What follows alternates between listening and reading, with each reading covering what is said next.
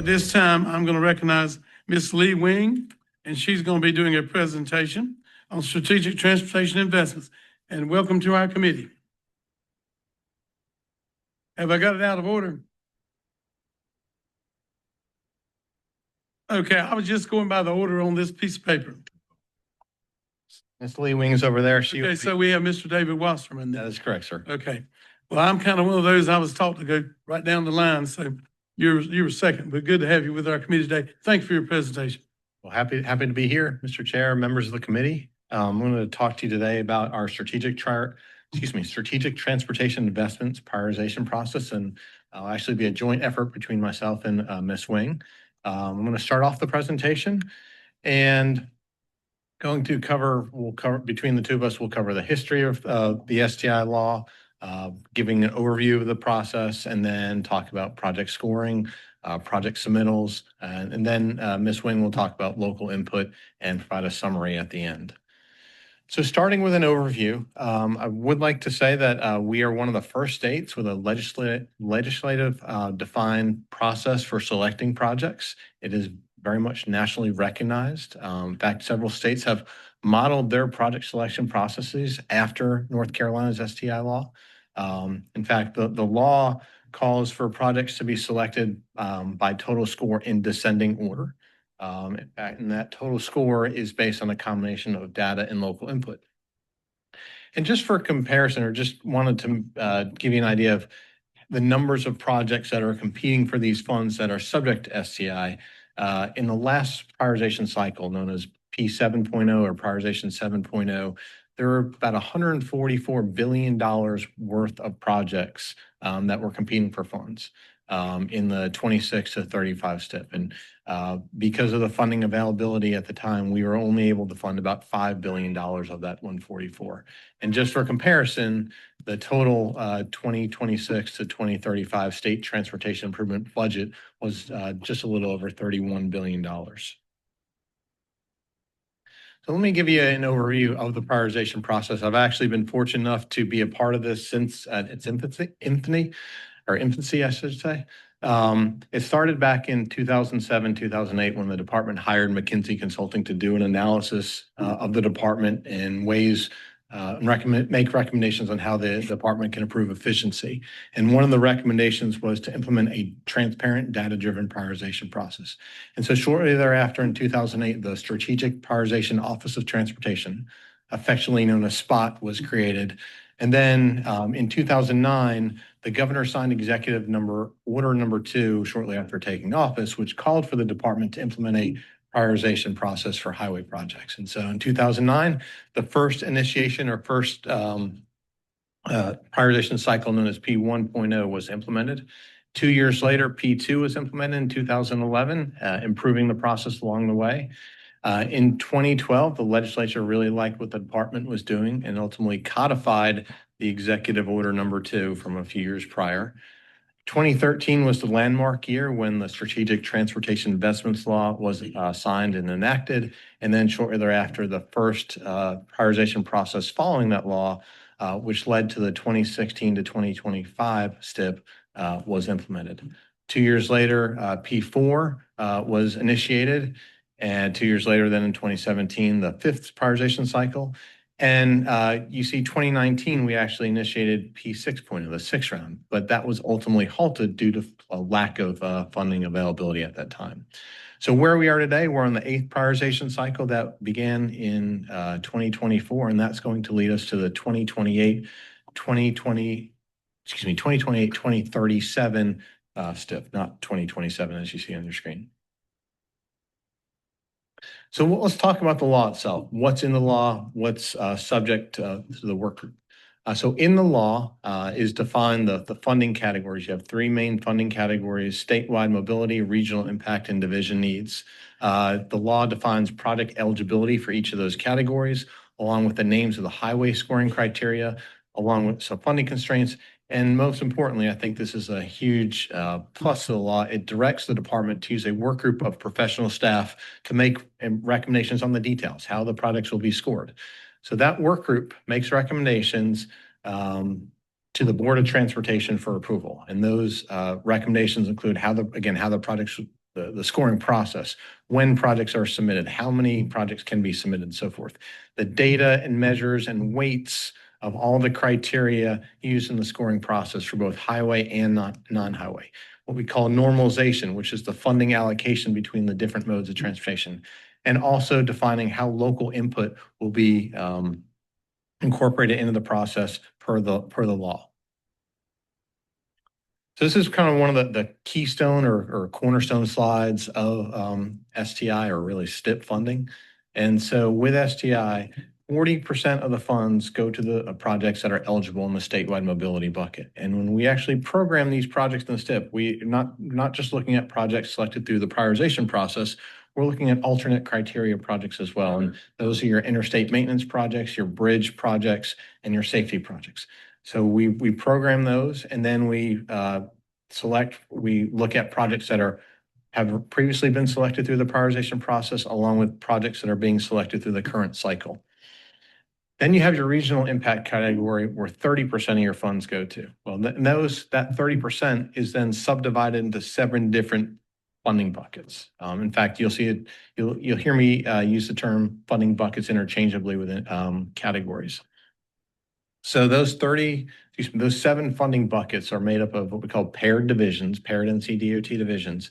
And the funding that goes into each one of those funding buckets is based on the population of each. So Region A, which is the northeast part of the state, Divisions 1 and 4, receives about 8% of the regional impact funds.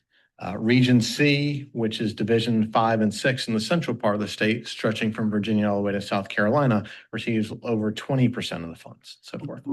So similar statewide, you program your bridge and safety projects in these categories, and then projects selected through prioritization. And the last 30% of your funds go into what's known as the division needs category, where here, that remaining 30% is then equally divided 14 different ways into the NCDOT divisions. And here we program your bridge projects, your safety projects first, but then we also have to account for what we call MPO selected, or direct attributable projects, where the portion of the funds that go to your larger MPOs in the state, they have their own process for selecting transportation projects. We have to account for transportation alternatives projects, which are your bicycle and pedestrian projects, your highway rail crossing projects, and your economic development projects. All of those come out of the division needs buckets. And then lastly, of course, projects selected through prioritization. So one point I'd like to make is that you see 22 different funding buckets on the screen here. Each of those have their own budget. And so sometimes, as in the case with the last prioritization cycle, some of them may be overprogrammed and we may have to delay projects, whereas others may have funding availability based on the projects in the hopper at that time. So again, I just want to point out that they all have different budgets and they all have different priorities within the buckets. So this is just a map showing our 100 counties and the NCDOT divisions and your paired funding regions. So as you can see, again, divisions 1 and 4 in the northeast part of your state make up Region A, versus in the western part of your state, divisions 13 and 14 make up Region G. The STI law, as I mentioned earlier, define the eligibility for each of the 3 categories, and just focus real quickly on highways. Specifically in the statewide mobility category, here you're talking your interstates, your routes on the national highway system as of 2013, your military routes, which is STRANET, and your toll facilities. At the regional level for highways, it's your other US and NC signed routes that are in the statewide category, and then your division needs are all your secondary roads. So the law specified that you have to use a combination of quantitative for data-driven scoring, and then qualitative, and that's local input. And the local input is used at the regional impact and division needs category. All projects shall be scored on a 0 to 100-point scale. And then, as I mentioned earlier, projects have to be selected for funding based on total score. So we go down the list and we cannot skip projects. We have to select them in descending order here. And lastly, the legislation specifically defined the names of the highway criteria that can be used, while for non-highway, just the law says we have to look at a minimum of 4 quantitative criteria. And as I mentioned earlier, the legislation called for the department to use a work group to continually improve the process. So who's on the work group? So the work group right now is 26 members, of which half of which are DOT reps. In fact, the law says the department can have no more than half of the work group be DOT reps. And so on the non-DOT side, you have 4 representatives from your MPOs, 4 representatives from your RPOs, and those members are selected by the respective groups, the NCAMPO and NCARPO groups. Then you have what we call your 5 local advocacy groups, such as your League of Municipalities, Association of County Commissioners, Regional Council of Governments, and so forth. And of course, we have advisory members or technical experts. It might include legislative staff or folks from FHW, Federal Highway Administration as well. So the work group makes recommendations on several things. It's the details, right? They make recommendations on the schedule for scoring projects, definition of carryover projects, which I'll get into here in a second, number of project submittals, how local input is incorporated into the process, the names of the non-highway criteria, and then again, the measures, weights, and data used for scoring for all modes of transportation. Decisions are typically made by consensus. And in fact, that's something the work group is very proud of. We've had a work group since P 1.0, going all the way back to 2009. Since that time period, there's been a single vote taken. Everything else, all the other decisions are made by consensus, which again is something the work group is very proud of. So those recommendations are provided to the Board of Transportation for approval prior to beginning the next prioritization cycle. So this is probably another cornerstone or important slide, basically kind of going through how projects are submitted and scored. So projects can be submitted and scored by, or first submitted by MPOs, RPOs, and divisions. And then they come to that strategic prioritization officer, the spot office that I mentioned earlier, where here the projects and the data associated with those projects are reviewed. In fact, what we then do, the spot office then sends the data back out to those who submitted the projects to make sure the data that's going to be used in scoring is correct. So we want to make sure that the data is as good as it can be before we hit the score button. And so that's actually where we are right now in the current prioritization cycle in P8. So once all the projects are scored, then the department selects projects in the statewide mobility category that are eligible in that category, essentially going down the list in the statewide category until funding is exhausted. And then projects that don't make the funding cut, that aren't selected in the statewide category, then they cascade down to the regional impact category. Or here they are scored using the same criteria and weights as other regional impact projects. So in the regional impact category, this is where your MPOs, RPOs, and divisions assign local input points to the project, typically indicating the priorities. Once you receive the local input, your total scores are calculated, and then similar to statewide, the department goes in each of those 7 funding buckets, goes down the list until funding runs out. And in your regional impact category, that score is 70% based on data, 30% based on local input. And similar to statewide, projects that don't make the cut in any of the 7 regional buckets, they are then eligible for funding at the division needs category where that last 30% of your funds are. So here your MPOs, RPOs, and divisions assign their local input points, your scores are calculated, and then the department goes down the list in each of the 14 funding buckets to select projects based on score. And here the score is 50% based on data, 50% based on local input. So what types of projects are being evaluated through the prioritization process? We have projects that are what we call carryover or carry forward projects. These are projects that are automatically evaluated each cycle. They don't count towards an organization's submittals. They are typically projects that are programmed for preliminary engineering only, and those are listed in the back portion of the STIP, or they may have completed or active environmental documents and so forth. And again, this is a definition the work group comes up with or makes recommendations to the Board of Transportation on. And then we have the numbers of submittals. So historically, the MPOs, RPOs, there's a formula for determining the number of submittals, and that's historically been based on a combination of population and centerline miles. And then the divisions in the past have had 14 submittals for each of the 14 transportation divisions. Now, specifically for P8, the work group recognized there's a lot of projects in the system. Again, you saw the $144 billion that I mentioned earlier and said, you know what, let's take that number down a little bit. And so they took the numbers from the formula and then reduced that by 30% to reduce the number of submittals specifically for this prioritization cycle. So when you look at how the quantitative score is calculated versus local input, in the statewide statewide mobility category, there's a number of criteria that can be considered, again, up to 10. In the past, the work group has typically looked at 5 criteria with various weights, and that totals 100% of the score. The regional impact category, again, number of criteria, they all are combined to equal a total of 70% of the score. And your division needs category, again, the criteria equals 50% of the score.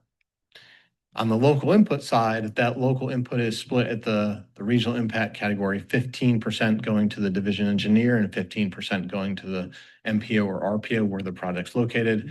And similarly, at the division needs level, that local input is split 25 and 25. And so when projects can cascade, as I mentioned earlier. So when a statewide project cascades, in other words, it's not selected for funding in the statewide mobility category, it is then evaluated at the regional impact category, subject to the criteria and weights in that category.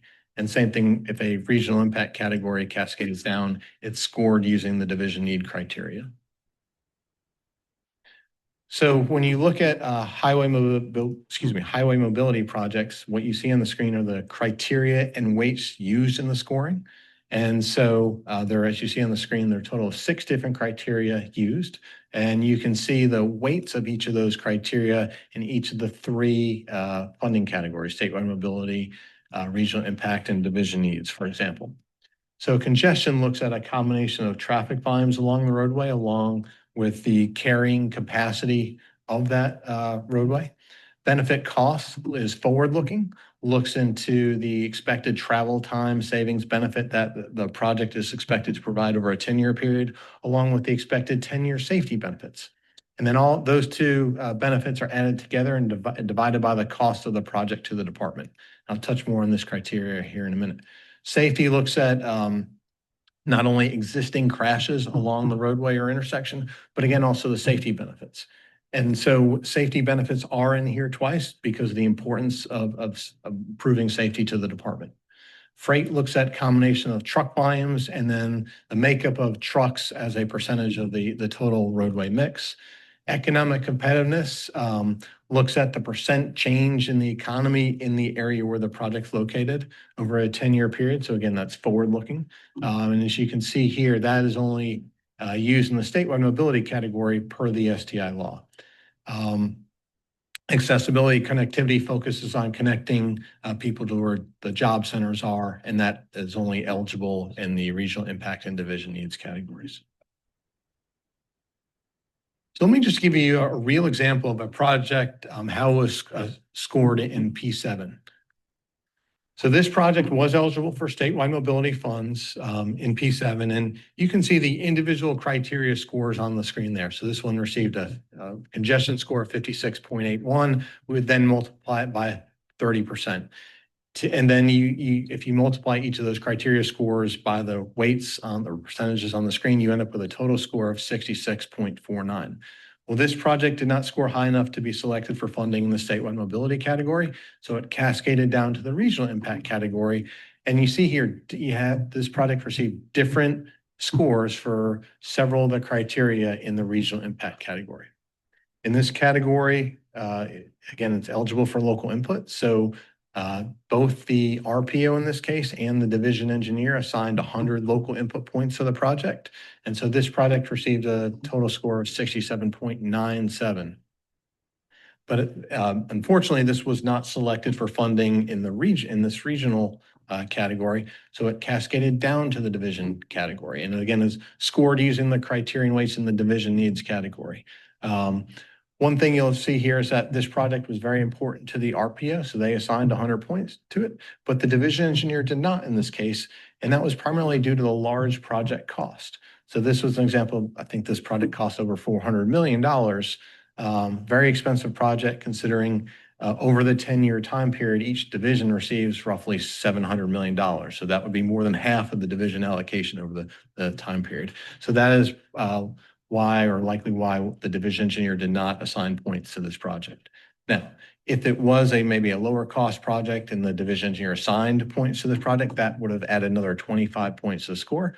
It could have boosted it up high enough so that project did make the funding cut if funding was available. I do real quickly want to take a deeper dive into benefit cost criteria. This is one of the criteria that allows locals to affect the project score if there's a desire to have a local contribution. And that local contribution can be in the form of local participation from the municipality or area where the project's located, or deciding to look at tolls for the project. And so either one of those avenues lowers the cost of the project to the department, therefore increasing the project score.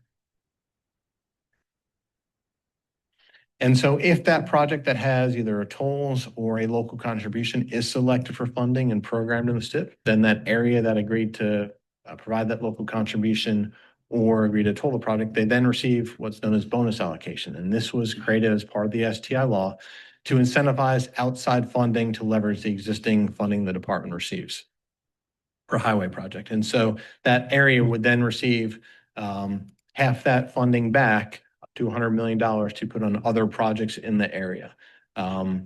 Where this is most often used are turnpike or toll projects.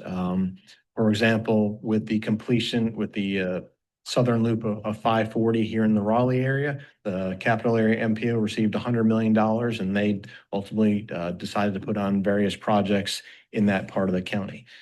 When the 485 Express Lanes project in southern Mecklenburg County received funding, then that NCAMPO received over about $26 million to put on projects in that part of in that county as well.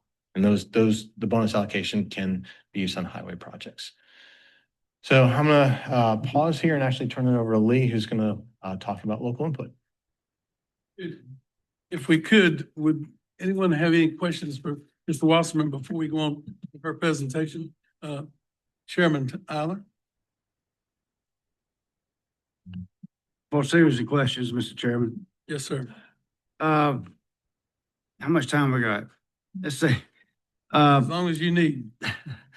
I think there's some confusion between spot and step. I'd like to get that clarified, and it can be off, and it can be not here particularly if it's complicated, but I'd like to get that clarified. And I saw a connectivity, I don't think rated on the statewide projects. Is that true? That is, sir?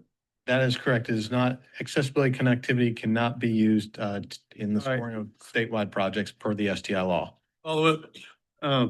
Oh yeah, a series. So connectivity, whether it's connected to Raleigh and Charlotte or connected to another state, wouldn't matter in statewide projects.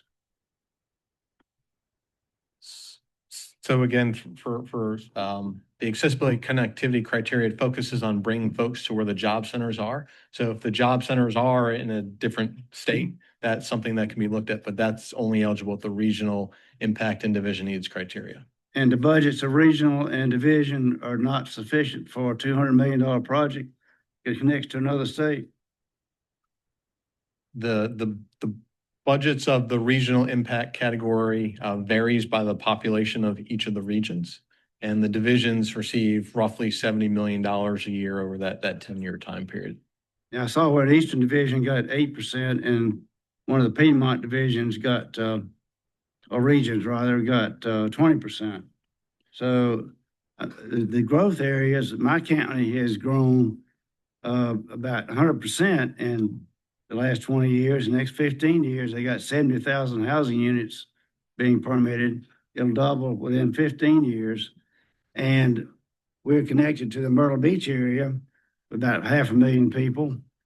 Excuse me, about 500,000 people. That's 500,000. And that doesn't seem to count on the statewide level. So, and our freight is all local freight. And our population in the winter, one town is 1,000 with 4,000 homes or rooftops. And in July, August, and September, it can be 30,000. And so we have to have infrastructure for that. And development is accelerating at such a pace that we feel like Raleigh and Charlotte, particularly, are getting all the funds for big projects. And the project to connect and bypass Highway 17, which is a disaster in the summer, and nothing but stoplights and Michigan turns.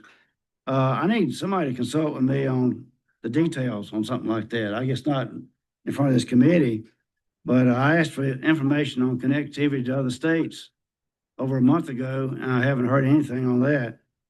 I'm real concerned about this allocation of the budget, and I was part of the bill in 2013. I was a primary on Bill Brawley, and we set the criteria up.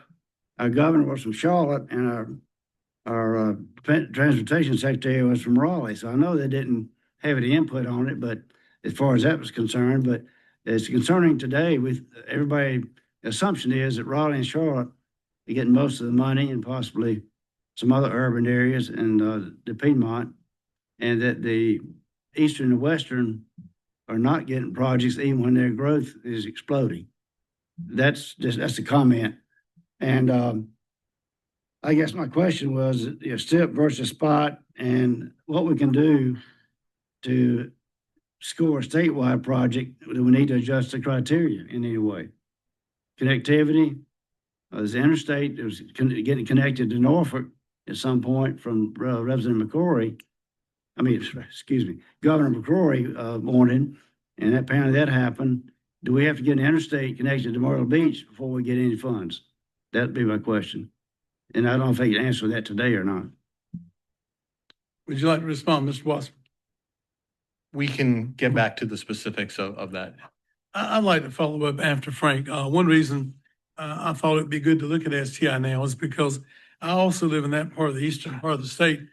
Brunswick, Pender, New Hanover, Onslow, and Carteret are busting at the seams. Our population in Onslow County is 20,000 since last year due to the military moving MARSOC from San Diego to there. So we're already behind the 8 ball.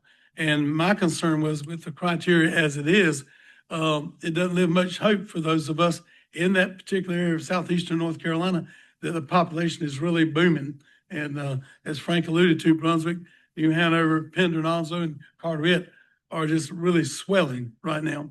And so that's one of the reasons I wanted to look at this to see what alternatives we could come up with that could help in those situations as well. And I appreciate your presentation. Now we have Representative Torbett. Thank you, Mr. Chairman. Good words. I agree wholeheartedly. Hey, Dave, good to see you. Thank you for the work you've done. Also being a part of STIP back 13 years ago. Needless to say, first thing that comes to my mind hearing Chairman Eiler and Chairman Shepard is that it's been, at least from the legislative perspective, 13 years since we've heard any potentials of growth. How's growth impacted our transportation needs throughout the state? We hear tidbits and stuff, but I think what I'm hearing is that it's time for a full, complete, comprehensive look at bipartisan, independent, with DOT involved, so where everything is.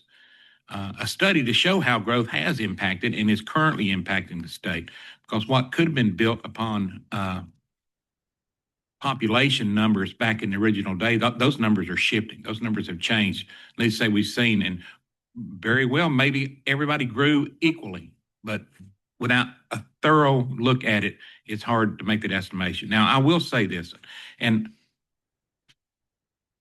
I feel like our biggest problem is that we've outrun our blocking. We have more projects than we have the funds to accommodate. So needless to say, if we had the funds to accommodate, we wouldn't probably be having this committee. We'd be moving at light speed down the road. So I think part of this conversation is also looking at our revenue. How can we go in there and perhaps find within existing revenue, how do we send more of that to the Department of Transportation for infrastructure needs, the network that the people demand, basically? Because at least in my mind, I think in most everybody's mind here, first thing that the government's responsible for is the safety of their citizens, first and foremost, always, no questions asked. Second one should be taking care of those things that people can't normally do for themselves, and that is infrastructure. You can't go out there and build an interstate from point A to point B, but you should expect your government to look after those things on your behalf. I think we're falling short on funding those necessary needs, and maybe we're reaching for too many needs, and we need to channel back. But it sounds like you're working on that as well. Kudos on that.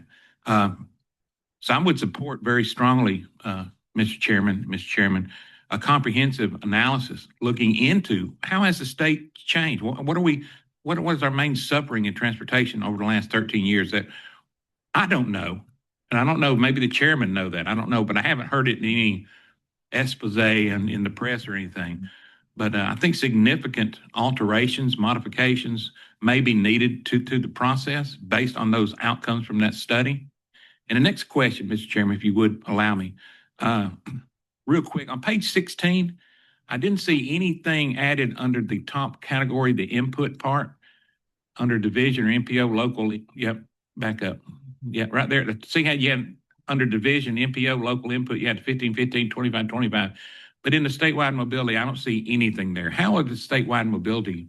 How are those calculated? What's the determining factors in those? Nothing?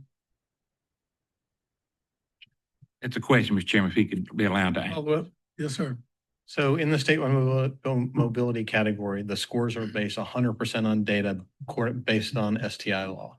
And so the data used in scoring majority of highway projects are what you see on the screen there. So you see congestion is 30% of your score, benefit cost is 25. Again, your safety is 10%, your freight is 25%. Okay. Does the division engineer take part in that determining factor anywhere? The division engineer, the only role the division engineer has in that is submitting projects. Here, everything is based 100% based on data. So he can or cannot add points to those projects? Cannot. He or she cannot do that. Does he have any input into the decision-making of those projects being selected at a local level? These are statewide projects. No, the division engineer does not have input into that. Okay, thank you. Follow up? Thank you, Mr. Chair. I think we need to take a hard look at revenue and distribution of revenue, and based on what I was talking about just a minute ago with population.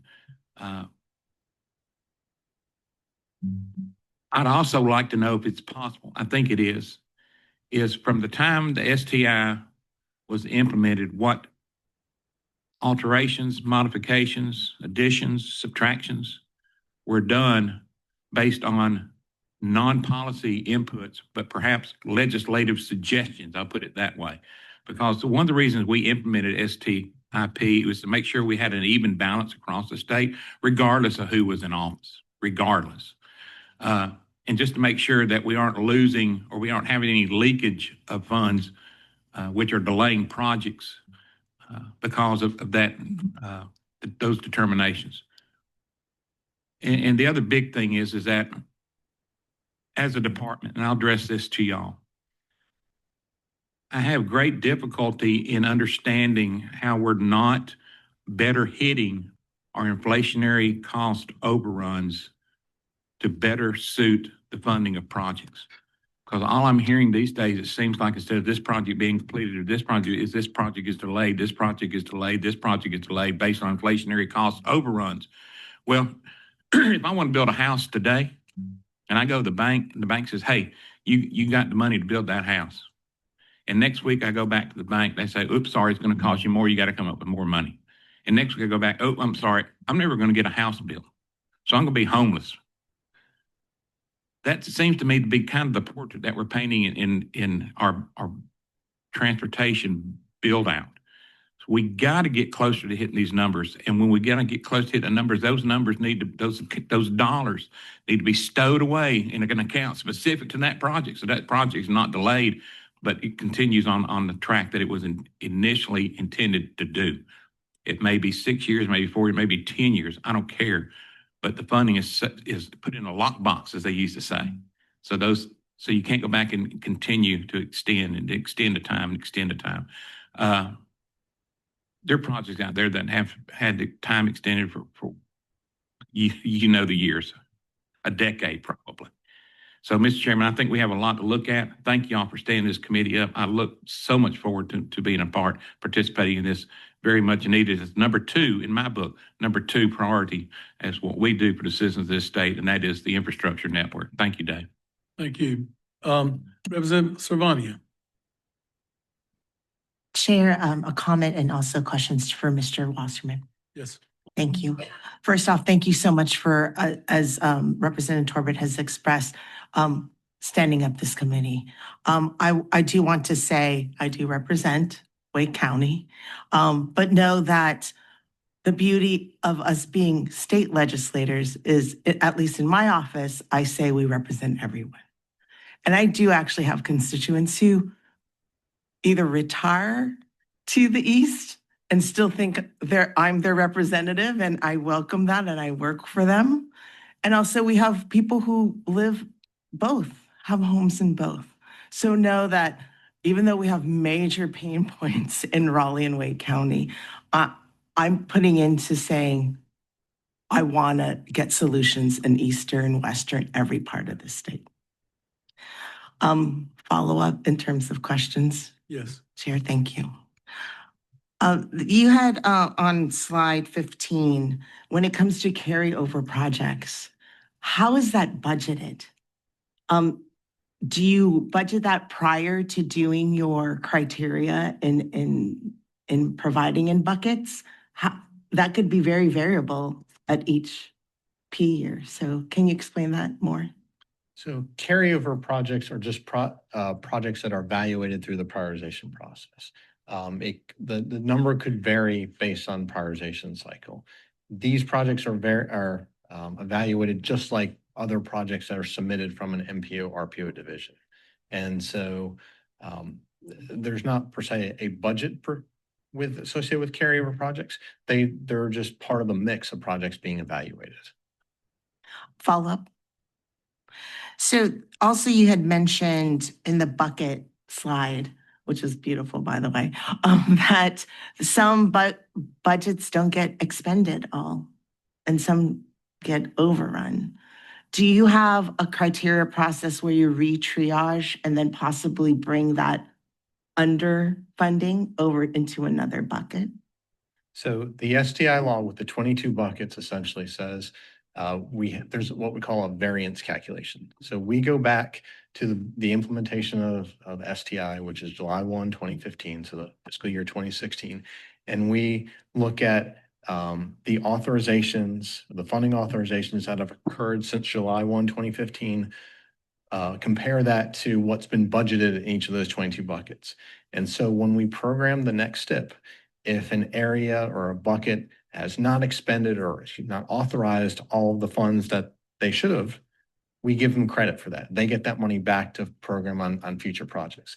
Similarly, if more funds have been authorized in a particular bucket, we subtract those funds available for the next step. So we do true everything up when we program the step each time. Correct.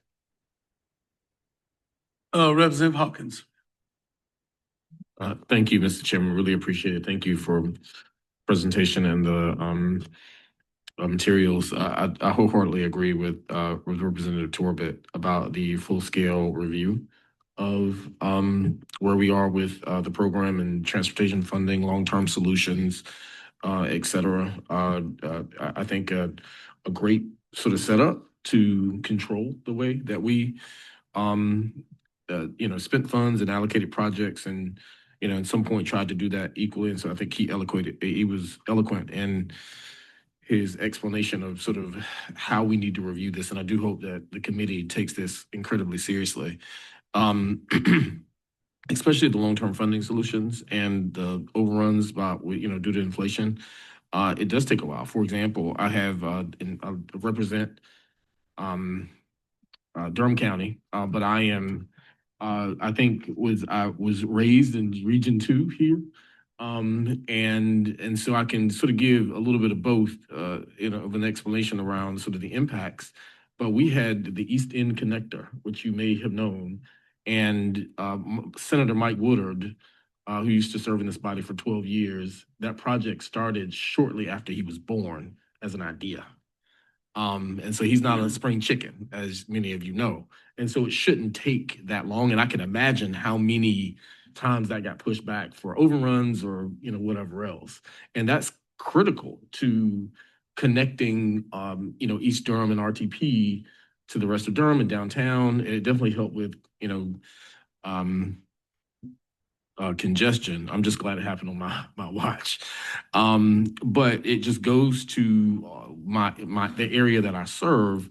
Over a 4-year period, they approved 18,000 homes just in East Durham. And that's, again, that's butting up against the Wake County line on the Durham side of Briar Creek. And it's a small area that, for the most part, I would say almost for the first 2 decades I lived in Durham, it was small roads. And we only had one middle school on that side of town.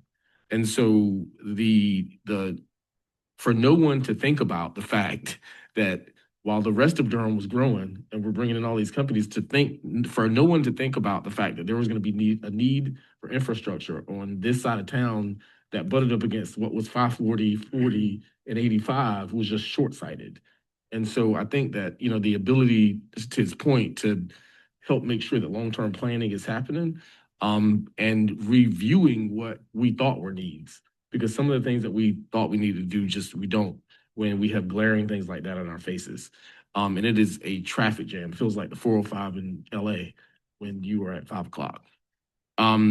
But I say all that to say that the eastern part of the state absolutely has to have good roads, because we have more people coming to the state wanting to move into these areas.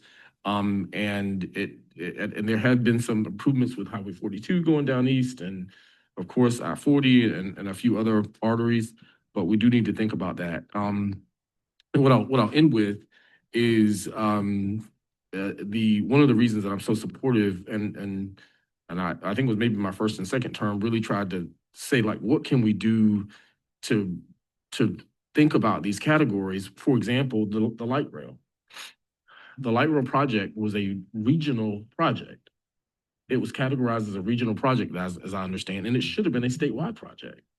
And because of criteria that weren't flexible, it put us into a categorization and a ranking that was, I think, unfair to the project. Now, there were a lot of things that were about this project that were doomed from the start, but this was one of them, and it shouldn't have been. And so I think about how many other major projects that are not in even urban areas, maybe in rural areas, that have been categorized wrong, or miscategorized, and but could have had great benefit to the state, but just because they were in a certain area, they were put into one of those categories. And so I think that that's one of the pieces that we also have to look at. And then the last thing I will say is the amount of highway versus highway dollars that we spend is truly important and something that's impactful to my area. But I'm grateful that this committee is meeting today to talk about these things, because as someone who's been on transportation since I've been in the General Assembly, I think, again, Representative Torbett nailed it, that we need to review what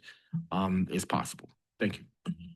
Representative Hawkins, do you have a specific question wrapped around? Yeah, that? well, I did want to ask, the question was, but I ended up talking through the question, was how the statewide versus regional projects are scored, and how you think we can improve that moving forward. That was a real question. Mr. Lossman. Statewide projects, the work group makes recommendations to the Board of Transportation on the actual scoring of the statewide projects versus the regional projects. And we use the work group makes those recommendations based on what's eligible, the names of those criteria. The work group has to look at the types of projects that are eligible in the statewide category versus regional versus division as well. So the law, what's in law, is the foundation for how projects are scored.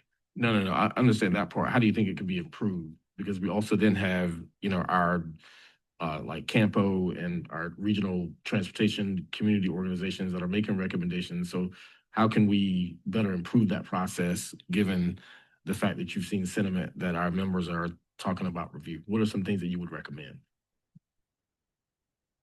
So the work group actually looks at the scoring every prioritization cycle and looks at potentially making changes if it's applicable. So it's not, we don't go back, the same scoring that was used in, say, 2014 under the first prioritization cycle is not necessarily used unless it's still appropriate for the latest prioritization cycle. So every time the work group is continuously meeting, continuing to refine the process as appropriate. So if trends change, that's something the work group will look at.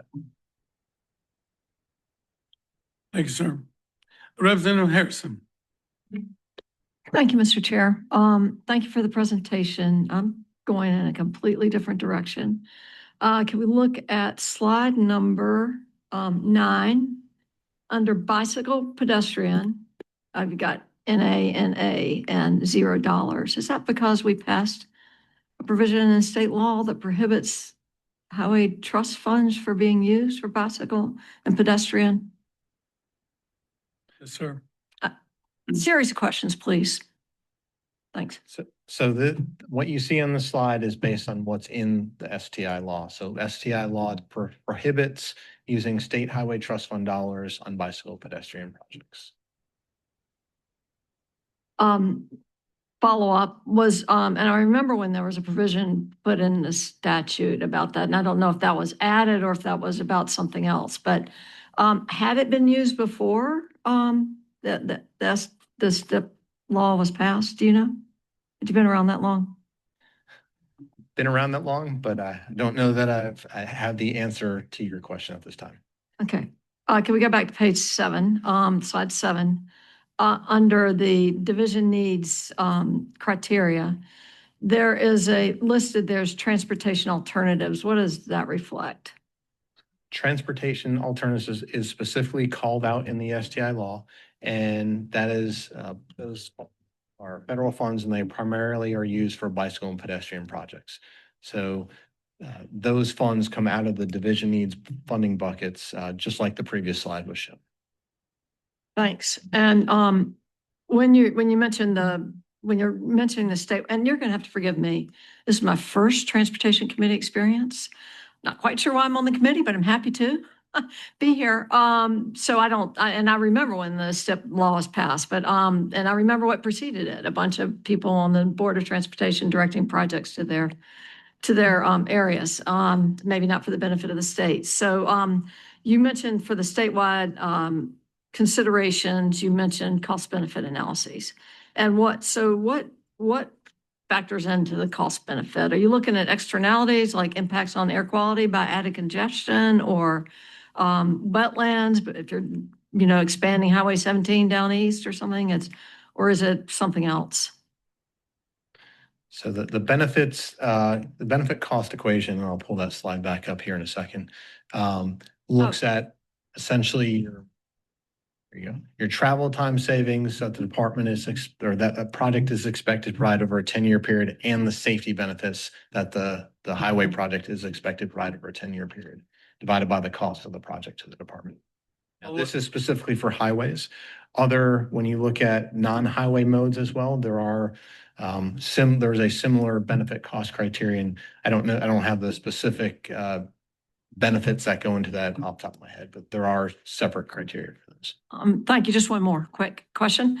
On the sort of turnpike toll road issue, and you were talking about, and I'm sorry I missed that when you mentioned it before, but on the, you mentioned like local input or local funds. I would say maybe those in the public who drive aren't too excited about paying tolls.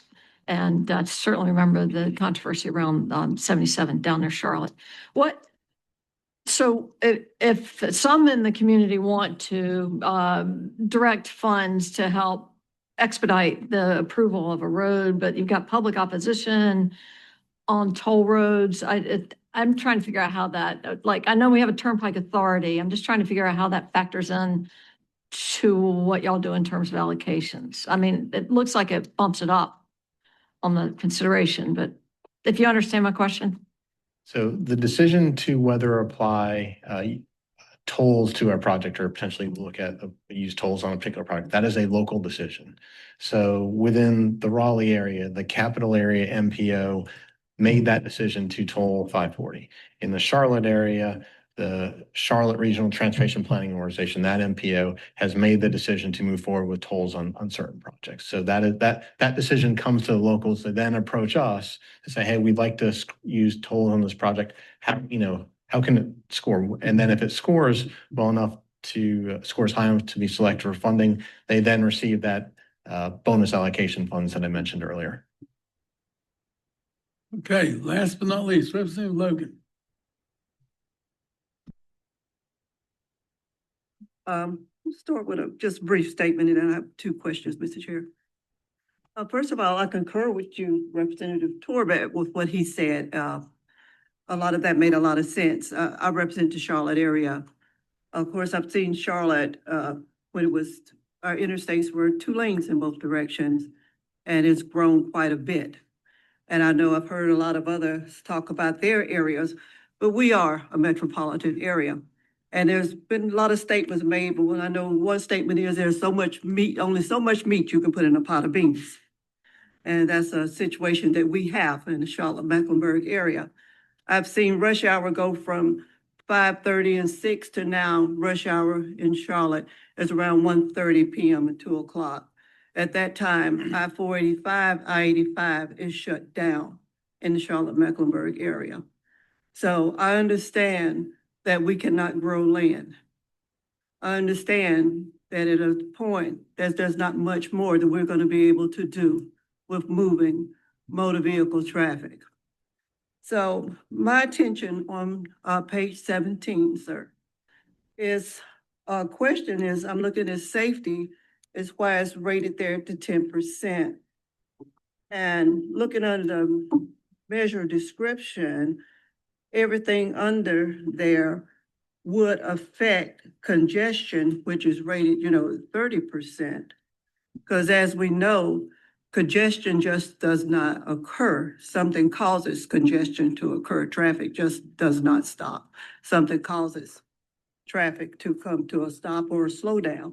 And it's usually something under the safety description. So I think you kind of touched on that with Representative Torbett, and I'm just wondering why safety is measured so low. So I guess two things. The type of projects that are evaluated through the prioritization process are primarily focused on improving mobility or modernizing roadways. The department has a separate process specifically focused on safety projects. Highway Safety Improvement Program. We get about $80 million a year in federal funds that is used throughout the state to specifically focus on areas with a lot of crashes. Right? So while safety is important here, and you can see it, yes, it's only 10% of the overall weights. We have a separate program for that. And two, I would also say safety, we look at not only the existing crashes, and that's in the 10%, but we also incorporate the safety benefits in the safety criteria and the benefit cost criteria. So safety is inherent in several of these criteria that's being used. You say it's inherited in? It's part of multiple criteria. The safety benefits are incorporated in the benefit cost criteria and the safety criteria. Follow up. Yes, sir. Also, I wanted to ask you, according with what Representative Hawkins was talking about, to move traffic, we're gonna have to find other ways to get traffic moving, and that would be mass transportation. So a regional railroad would be an excellent way, in my opinion. So I would like to know, what is your opinion? Do you have a stronger focus towards regional rail as a way of moving traffic more across North Carolina? Mr. Wasserman, you want to plead the fifth? What I can say is that the projects that are submitted through the prioritization process are submitted by the local areas, by the MPOs. And so if the MPO feels that that's a priority for that area, that project will be evaluated and scored through this process. Got a follow-up? But now North Carolina, the government, we have a majority shares in the North Carolina by train. Do we have a stake in that, or we're gonna let the locals control that, when do we have a say in what's going to help North Carolina? Sir. So specifically for our statewide rail program, our passenger rail program, or even our statewide rail projects, the divisions can submit projects, and a lot of what we've seen are rail highway grade improvement crossings, where you take an at-grade intersection and convert that to a grade separation, where the railroad is going under the highway or over the highway to improve the safety of that location. A lot of those projects have been funded over the years through the strategic transportation investments process. We're constructing several of them here on the S line going north out of Raleigh towards Wake Forest right now, actually. Oh, We'll get about the same answer, Mr. Chair. Thank you, sir. Representative Torrey, you have another question? Yes, sir. Follow up. Just, I'm sorry, one came to mind. Dave, thanks again for being here and answering some tough questions. If you can, secondary roads are big in North Carolina. We got a ton of them.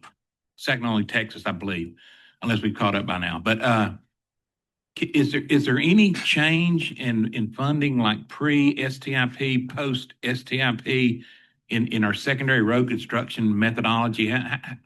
What are we doing now that we weren't doing then? Because as you know, and you've seen the reports that I have, the safety concerns are on a lot of the secondary roads, not necessarily, I mean, yes, obviously interstates, but a lot of our accidents and deaths on the highway occur on secondary roads. Have we improved, or what have we done as far as funding for construction of those? So what I can say is, secondary roads are eligible at the division needs category, but specifically for secondary roads, can I turn to our chief engineer to answer that question? You can turn to anybody you'd like to, as far as I'm concerned, but let's check with the chairman. That'll be fine. Just give us your name. and who you- Patrick Norman, Chief Engineer for NCDOT. So as David mentioned, through STI and the trust fund eligible projects, they would go through this prioritization process and through the division needs tier. We have several other programs that are managed by the Division of Highways that come through the Highway Fund. So we have a Mobility and Modernization Fund, which it's not a huge sum of money, but it's an opportunity for us to look at just that name, mobility modernization, but there's a lot of safety impacts there. So we do a lot of turn lanes, minor widenings, and things to address safety. There is a spot safety program that comes through the Highway Fund as well. It's about $12 million a year. So the divisions have access to that. That's a scoring-based criteria that's based on existing accidents and things like that. Outside of that, we have a small program to pave secondary unpaved roads, which is about $12 million a year, but that's probably not addressing what your comment is. But the majority of the big construction funds would come through STI just through this process. But there are, smaller programs within the Highway Fund that we do address localized concerns, but they're not going to be, millions and millions of dollars type projects. They'll be probably, $1 million, $2 million type projects. And the final part of my question is, I'm going to take it down to not Wall Street or Main Street, but your street. The widening of secondary roads when we go in for resurfacing, we made some pretty narrow roads back in the day, and I understand we're trying to focus on getting them another foot out or whatever to provide a little more lane width. That and the ongoing effort to keep our potholes patched, which is that time of year and freeze thaw type of thing. But how are we doing? Are we improving on that? Are we answering the citizens' needs when they call to make sure that their participation in keeping their transportation network up to par is working efficiently through the department? Well, to address your first one, we do widening of roadways through our resurfacing program. That's a very robust program. This body, funds every year. So we're appreciative of that. Where we do have the narrower 18, 19, 20-foot wide roads, we do try to address that through resurfacing. Obviously, that's an expense, right? So that's less asphalt that we're able to lay down, for a resurfacing type project. That's a successful endeavor. I think like everything else, we don't have enough money to meet the needs for our resurfacing program. We're not meeting industry standards of repaving on the cycle. We should probably be repaving on. We're probably double what standard would be. So it's just a network of 80,000 plus miles, as you mentioned. And what was the second part of your question?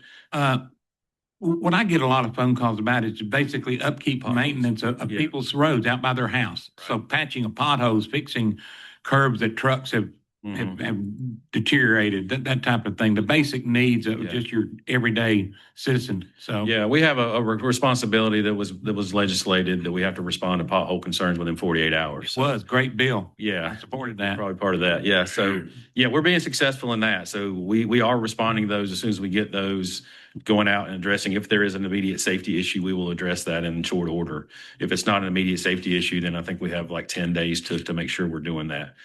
The variability of that will be dependent on the population. Obviously, in more urban areas like Raleigh, Charlotte, there's a lot more issues with potholes just because of the traffic. Certainly. And coming out of a heavy snow season like we've had this year, we could anticipate having a little bit worse of condition potholes. Okay, and I mentioned this, and I promise you, at least for right now, I'll be quiet after this. We have a program that's been initiated, I don't know, I imagine it's statewide, of going and putting in the rumble strips on existing highways. We're putting them down a center lane and on both opposing right and left sides. I support that. Believe me, I hear them anytime I get on them. But we need to be extremely cautious that we don't put 3/4 divots into 3/4 inch pavement, because that basically just destroys the pavement. Yep.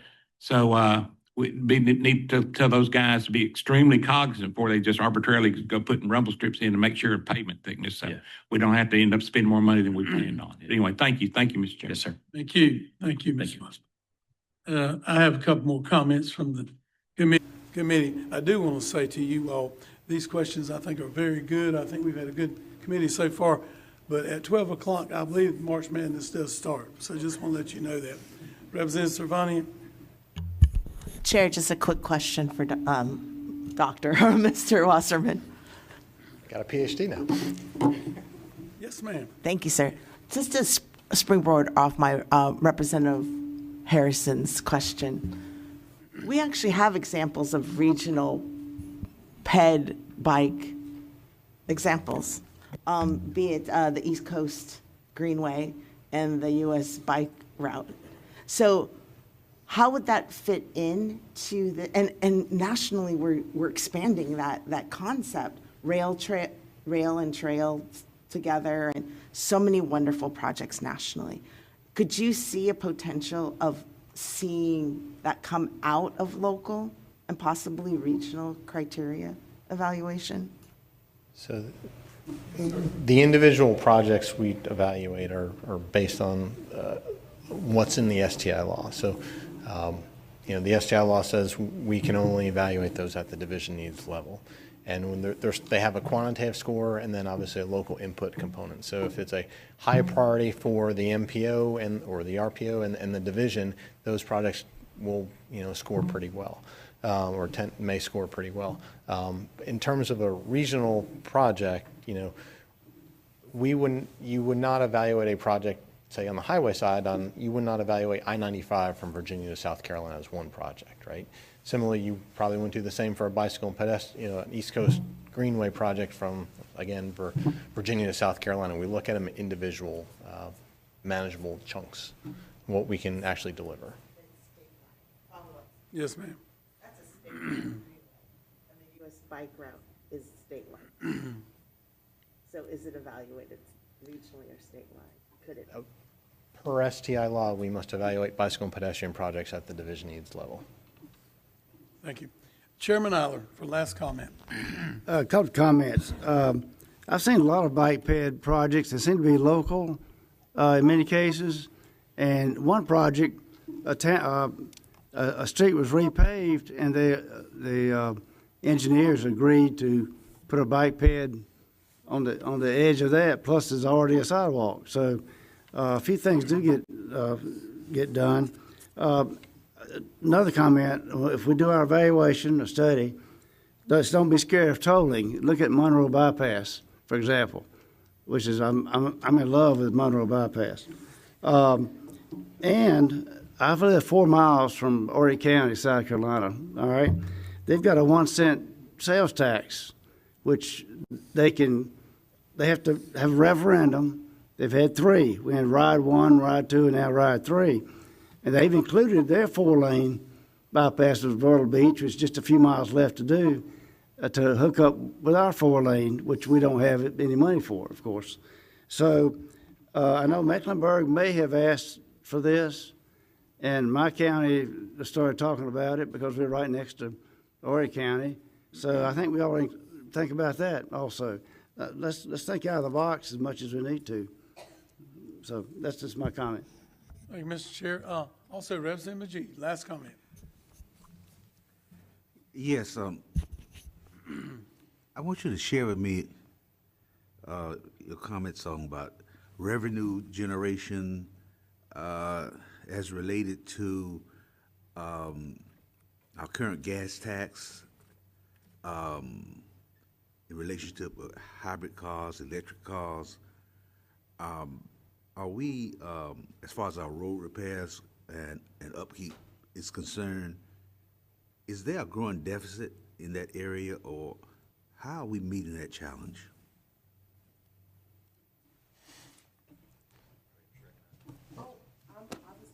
I'm sorry, I was stepping out to use the restroom. Did not hear the question.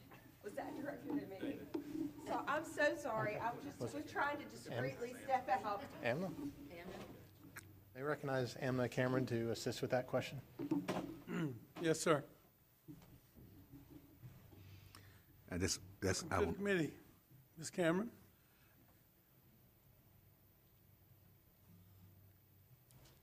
Hi, many of you know me from my prior service on nonpartisan staff at the Fiscal Research Division. I was also the co-author of the 2021 report on the NC First Commission that presented a series of revenue options for you. As part of my function at DOT, I prepare the revenue forecast along with my colleagues at OSBM in fiscal research. The electric vehicle and plug-in hybrid fees produce about 15 million right now. We are seeing severe changes in the last 3 months since the federal law changes that have dropped us to negative registrations for EV, meaning we're not seeing monthly growth as we have been. For gasoline, the population increase plus the formula change, the annual inflation and energy-based formula change means that our motor fuel tax rate grows every year, generally, by a little bit. And with increases in VMT through population, not on a per-person basis, means that our gallonage is remaining stable. Follow-up? No, I have another question, sir. You know? On our interstate roads, the state maintains those roads, and we have lighting on those roads. How are we confronting the problem of maintaining proper lighting on interstate roads? Because I see quite a few lights out on interstate roads constantly as I drive through the state, especially in Charlotte. Are we attacking that problem, or we just, I don't know, twiddling our fingers? How are we approaching that? Mr. Engineer? Yes, sir. So that is a problem that we have identified. We currently are under contract with a third party that does do an energy savings contract that's responsible for maintaining the high mass lighting that you would see along the interstate. We are aware of several locations where we are deficient in the lighting right now, so that's a problem that we're attacking with that vendor. Thank you, sir. Yeah, but Okay, thank you, sir. And now for the next part of this presentation, Ms. Lee Wing. Thank you for being with us today. Yes, sir. Thank you, Chairman. Thank you, sir. I'm Lee Wing, Director of Planning and Programming. And one thing I wanted to do very quickly before I got to this last section of my presentation, we like our acronyms a lot, and they all start with an S. And so I wanted to quickly kind of define each one of those to maybe bring some clarity to that. So the STIP is the State Transportation Improvement Program. That is a federally required document of all states to include their capital program for at least 4 years. And it's all modes, federally funded, state funded, and it has all the different schedules.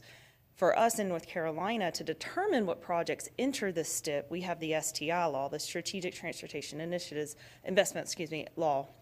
And that tells us how to prioritize our projects in order to get there. And they also require us to do a 10-year STIP versus just the required 4-year STIP.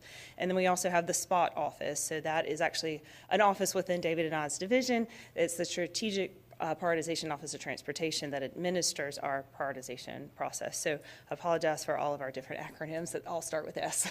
So I wanted to take a moment to do that. So I'm going to kind of move into this section, and I know we really appreciate your conversation. I know you want to hear from our planning partners, and so I'm going to kind of go through this a little bit quickly, hopefully. Here we go. So local input. Within the law itself, it does prescribe that the department shall develop a process for standardizing and improving local methodology. You can read the rest of that through our NP and RPO prioritization partners. So some of those minimum requirements you can see here. We need to make sure that we have at least a qualitative and a quantitative criteria within those local input point methodologies. Make sure that the public can understand it, have some public comment period on that. If there's deviation, we need to articulate that.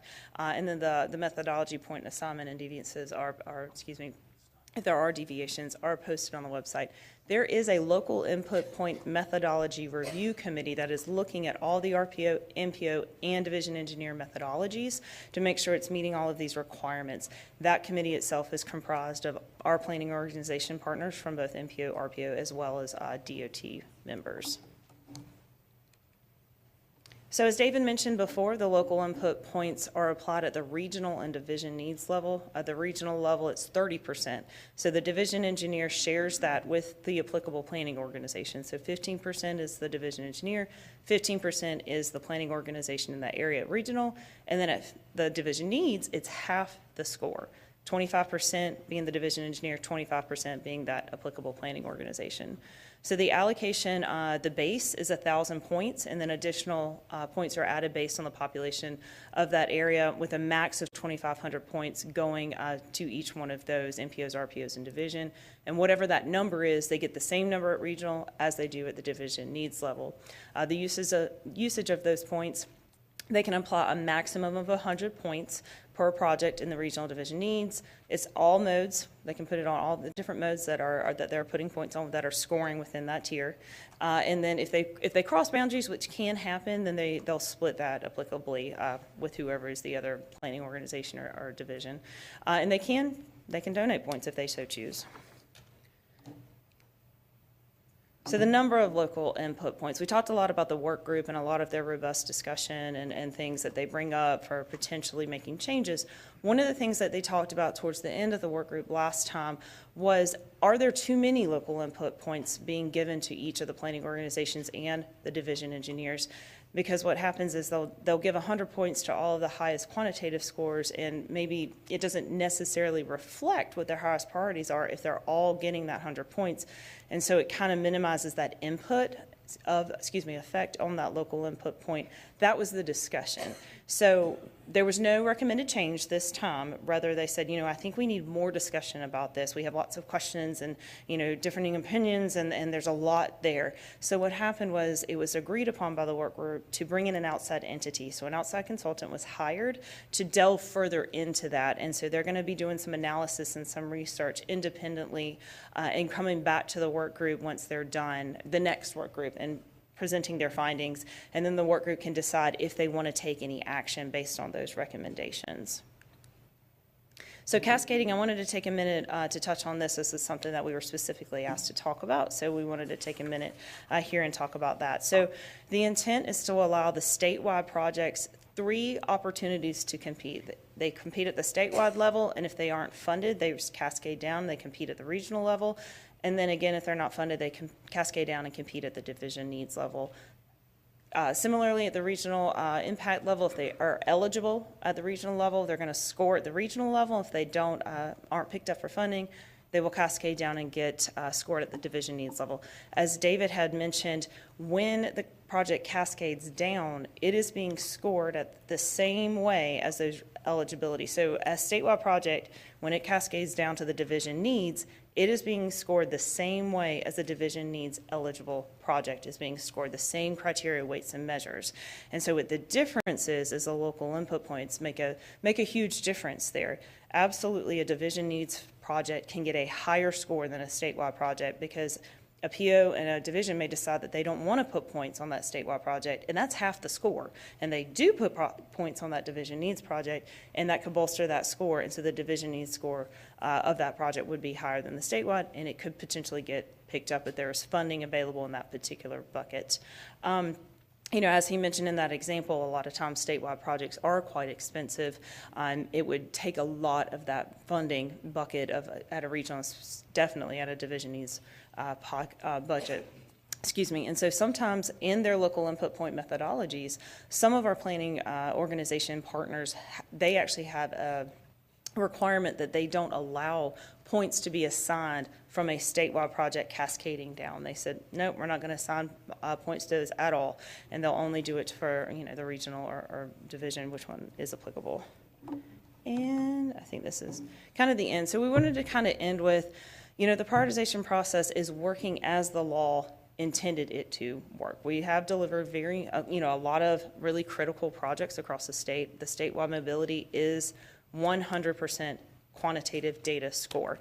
They do rise to the top and get scored first. And then, of course, as we talked a lot about, incorporating that local input at the regional and division needs level is really key, and that really can make a difference about whether or not a project gets picked up or not, because it reflects the local priority of, you know, particularly those projects. As David mentioned, other states have modeled theirs after the law that we have here in North Carolina, so we're very, very thankful for that. And I know there have been peer exchanges. They've asked us how that's going. The work group that we've talked about, they meet regularly, and there's always a lot of very robust discussion. And as David mentioned, the decisions are typically made on a consensus after lots of discussion. But we know nothing is perfect. There's always room for improvement. We are certainly open to we appreciate all the discussion here today, absolutely, and we are always open for improvement and recommendations and ideas. As we mentioned, we have a consultant looking into the local input point process. Should that maybe be changed or revised to potentially bring some improvement there? I think at the end of the day, our biggest challenge, though, is going to continue to be the available funding for capital projects. David touched on this at the beginning, and we wanted to end with this as well. You know, unfortunately, costs have risen, and as we mentioned, $144 billion worth of projects were competing in the for a spot in that last, there I go again with the S acronym, excuse me, for a place in our STIP. And really only about $5 billion was available to pick up projects that were competing. The whole STIP itself was around $31 billion. So, you know, we just really wanted to mention that again. So that is all I had to finish up, and we were happy to take on additional questions if there are any. Thank you, Ms. Swing, for your presentation. Any questions from the committee for Ms. Swing? Representative Torbett. I think you pretty much highlighted the fact that we got more road needs than we do funding for the road needs. Representative Myler brought up the fact that South Carolina has that 1%. I forget, they got a title for it, and I can't remember what the title is. And also Pennies for Progress, I think. I'm sorry. Was it Pennies for Progress they have in South Carolina where the Well, local? they call it Penny for Progress. That's a nickname, but it's a referendum. They passed Ride 1, and then 2, and then 3. And their project to connect with us has been on all 3 of those, and we don't have any money for that. But anyway, look at that. I think we were fortunate to have a bond made available for additional needs. I personally think it's prioritization of funding that we already get from the state. For example, if we have capital needs, maybe take additional funds out of the capital and shift them over to infrastructure needs, which is, like I say, number 2 in my opinion as far as what we do for the citizens of the state. But look at some way to bring additional funds to meet those necessary needs, but also make sure that we aren't just, I guess we're more of a needs list and a wish list, and bring those needs perhaps south a little bit. And I think y'all were already talking about doing some of that just because of lack of funding. but we got to find some area, some sweet spot in there where we're not booking roads to be built and end up time just drives the cost, so they're never going to be built. And that's where I'm afraid we're heading right now if we're not already kind of stepping through that doorway. We really need to make those financial corrections. And I'll close, at least I think, with this, is that back in the day, Jim Trogdon, former Secretary of Transportation, and a lot of us in the room were working on that, changed on how we prioritize. And we changed how we prioritize, but we didn't really look at the funding mechanism, and that was fault on us. We should have looked at how, not that we're changing how we select roads, but how are we going to fund them, and maybe we wouldn't be here. But we are here, and we need to address those needs on behalf of the people of North Carolina for their entire network of transportation, and that includes all modes. But right now, we really need to focus on getting people from point A to point B safely and more effectively, more efficiently, more expeditiously. And thank you for your comments today. Thank you, Representative Torbett. Representative Hawkins. Thank you, Mr. Chairman. Again, thank you, Representative Torbett, for outlining sort of the way we need to go. My question is around cascading, and I want to, I'll use a real example that we can tie ourselves around, like think like regional rail, for example. In a scenario where light rail project, for example, or a new regional rail operation that would cover the triangle, that could start as a statewide project. It could then go to, as a sort of according to the cascading model, then go regional and sort of down the line, and be given based on the criteria be evaluated the same, and deciding whether or not, of course, it gets funding as it goes through each level of the cascade. And then ultimately, the local input determines if the cascading project scores high enough to receive funding. So the two questions are, sort of, I guess, make sure that I'm understanding that correctly, and as it relates to like a big project like that. And then secondly, related to the local input determining cascading projects, is that a thing that you need from the General Assembly to decide, or is that something that DOT in its rulemaking can decide? So starting off with your first question on how the cascading works, so I kind of wanted to put this up as far as what the eligibility is. And so with what you described, you would have to see where the particular example you described would be eligible in, and from what I heard, it's probably more at the regional level. But regardless, wherever that particular project starts out in its eligibility of life, it's going to get a score. And if it doesn't get picked up, if there's not enough funding availability in that particular bucket, it will cascade down and compete with what is eligible. So let's just say it started out as a statewide eligible project and it didn't score high enough to receive funding, it's going to then enter into the suite of projects that are eligible at the regional level, and it's going to compete with those projects with the same criteria and weights and measures at that level. However, 30% of that score is points either given by the division engineer or the planning organization to potentially, maybe boost that score. If they don't put points on it, that score is not going to get boosted up. So it could potentially get funded at that level. But again, if there's not enough funding availability in that particular regional bucket, there's 7 of them, then it would cascade down again into whatever division it's in. And again, it's going to compete with the same criteria, weights, and measures against the division needs eligible projects. But this is where that local input point even makes a bigger difference. It's half the score. So if it's a priority and maybe it's not a really expensive project, then there might be funding availability for it, and both the planning organization and the division engineer would put points on it to get it a score high enough that if there was funding availability in that one particular division needs bucket, it could get funded. And can you repeat your second question? I don't think I was following that. Yep.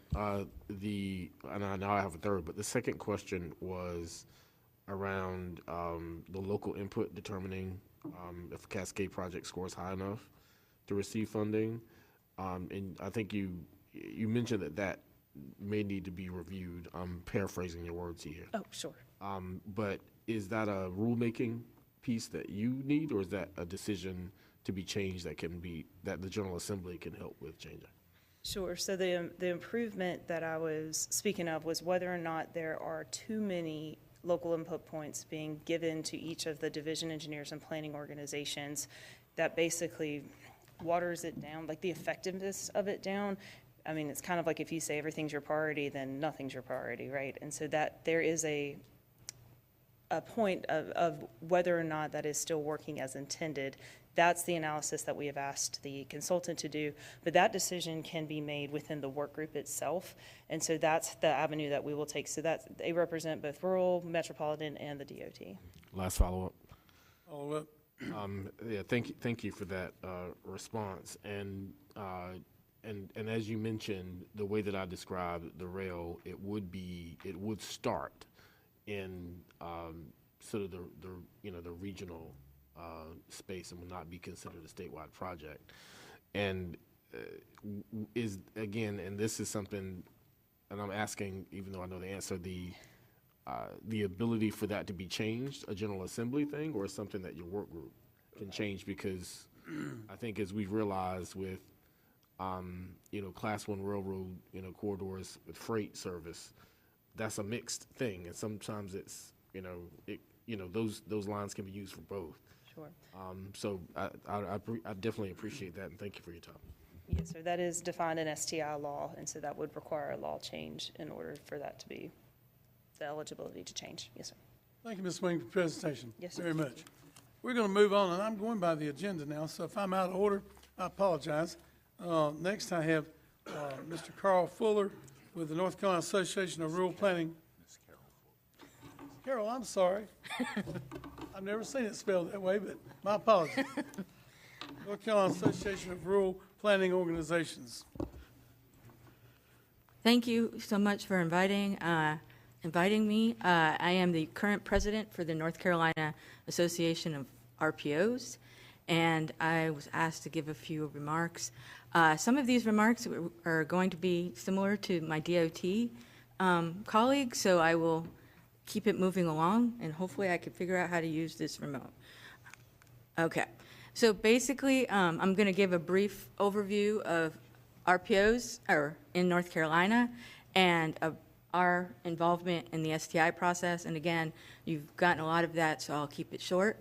And then some perspectives, on the STI process. Rural planning organizations, there are 18 of us across the state.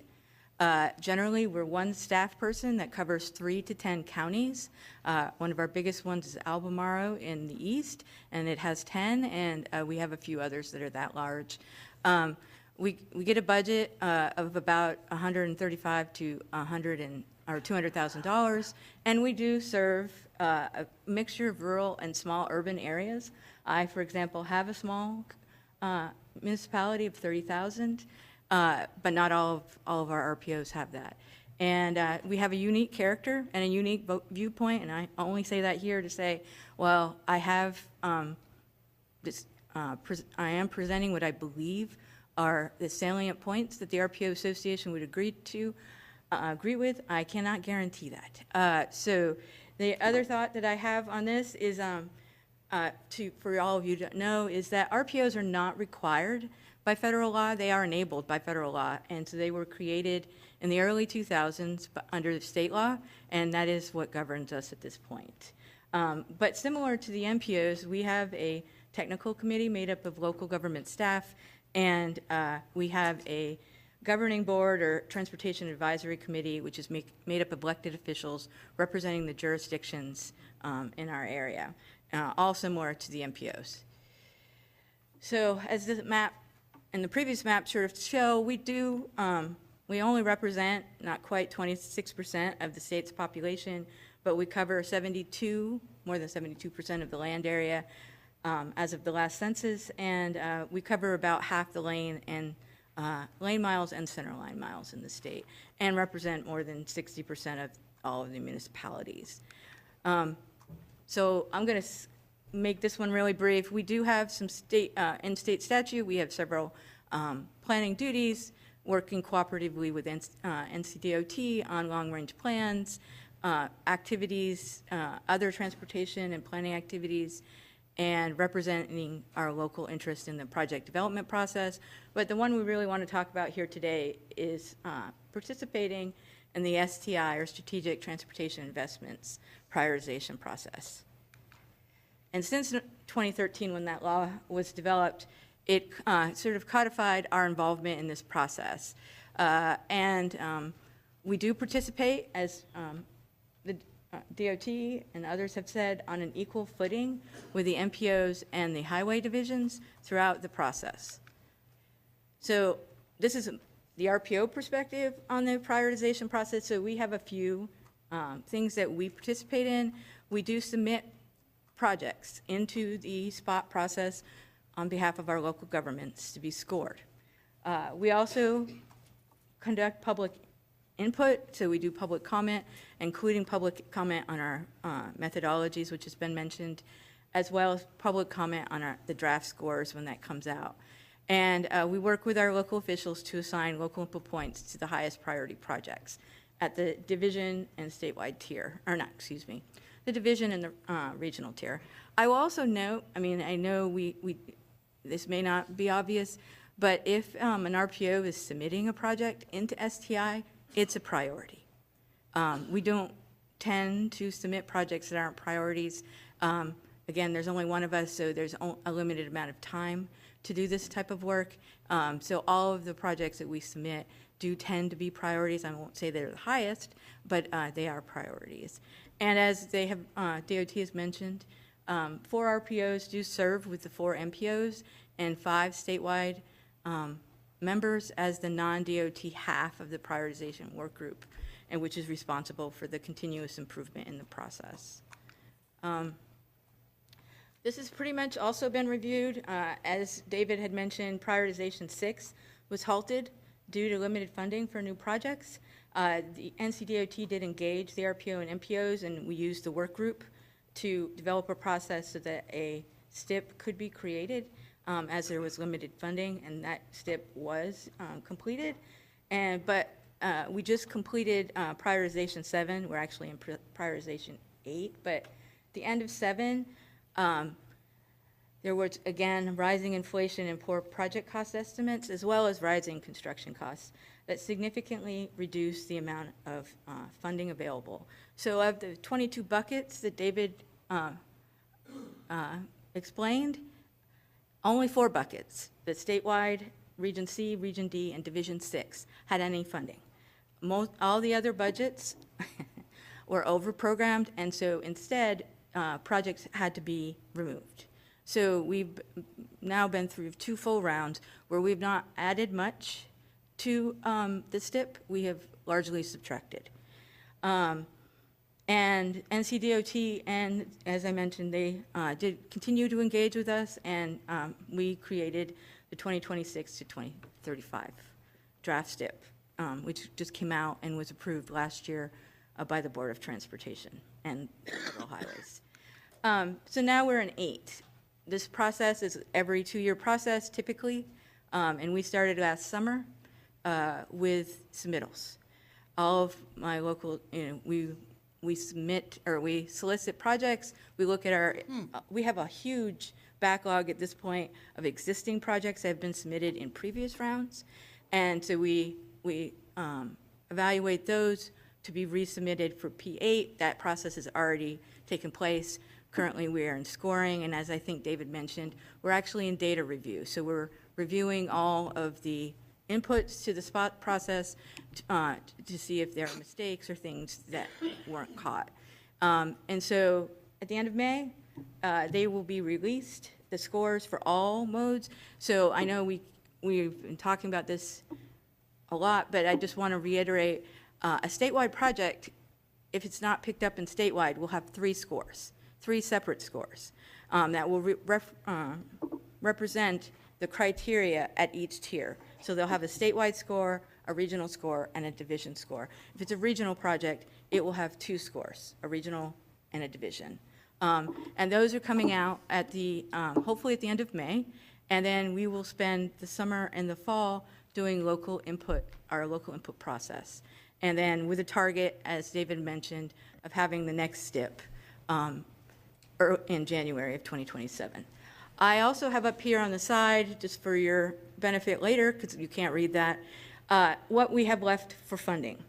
According to last July's estimates, there is, as of last July, 1.7 billion in statewide and a range of a couple hundred million, 104 to 650 million in regional, and then it really drops on the division. We have one division that has 35 million, and our best, or our one with the most, is Division 6, which has 242. That is all that is new money that would be available, and again, that is a year old, or will be a year old estimate pretty much by the time we get a new estimate right before we start local input points. So our perspective. I was just going to say this a couple of times. I know it's been sort of mentioned before. I've been doing prioritization since prioritization 3.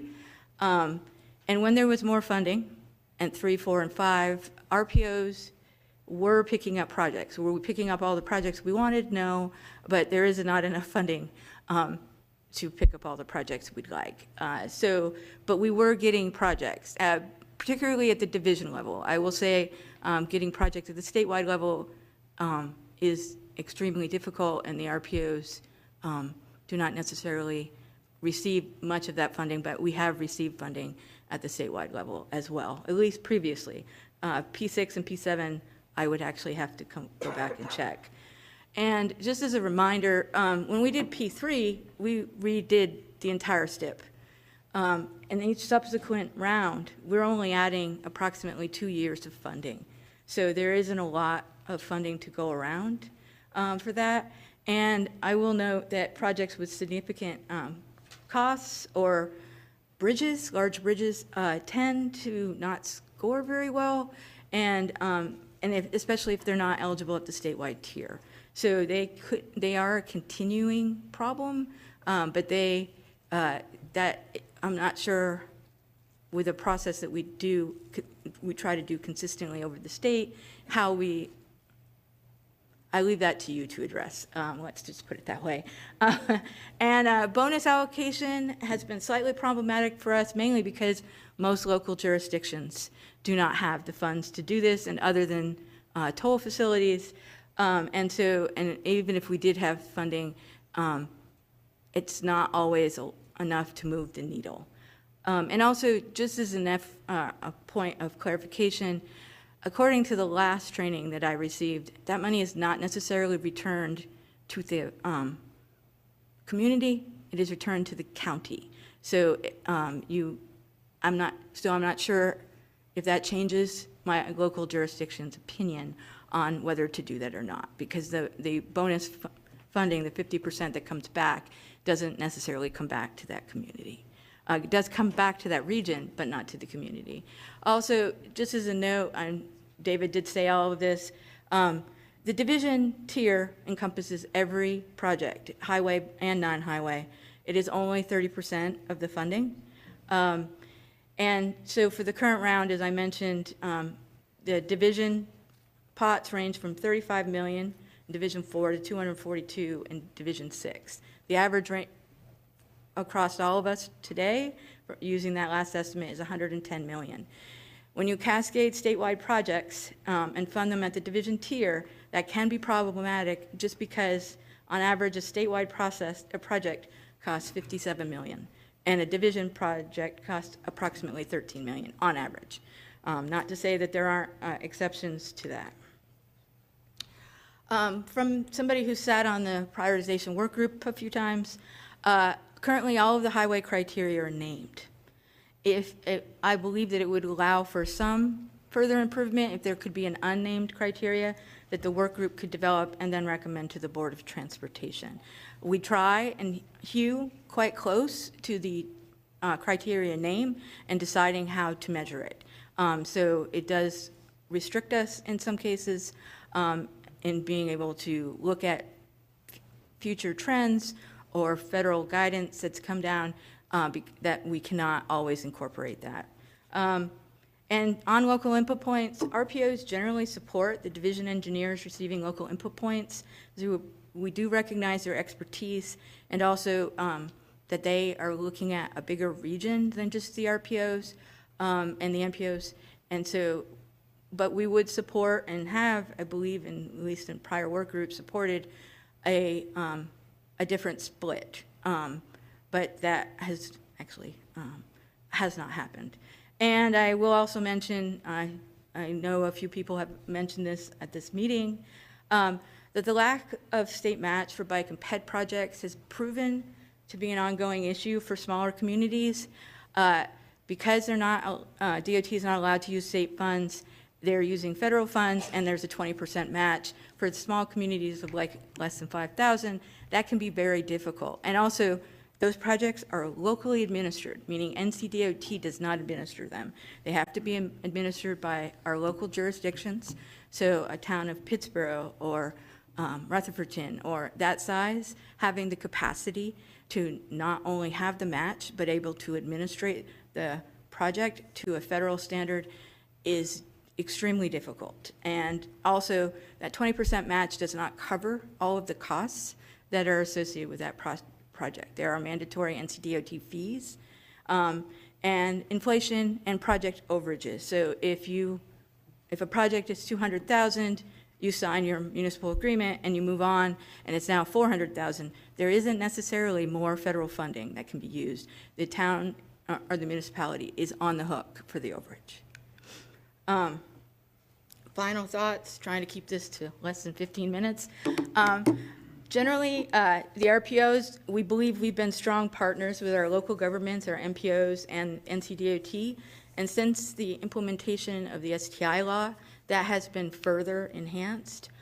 We believe that the current process works and that there is a mechanism in the prioritization work group to make further improvements. However, we also recognize that there may be things that are not working as it was intended, including the cascading process, bonus allocation, and mega projects.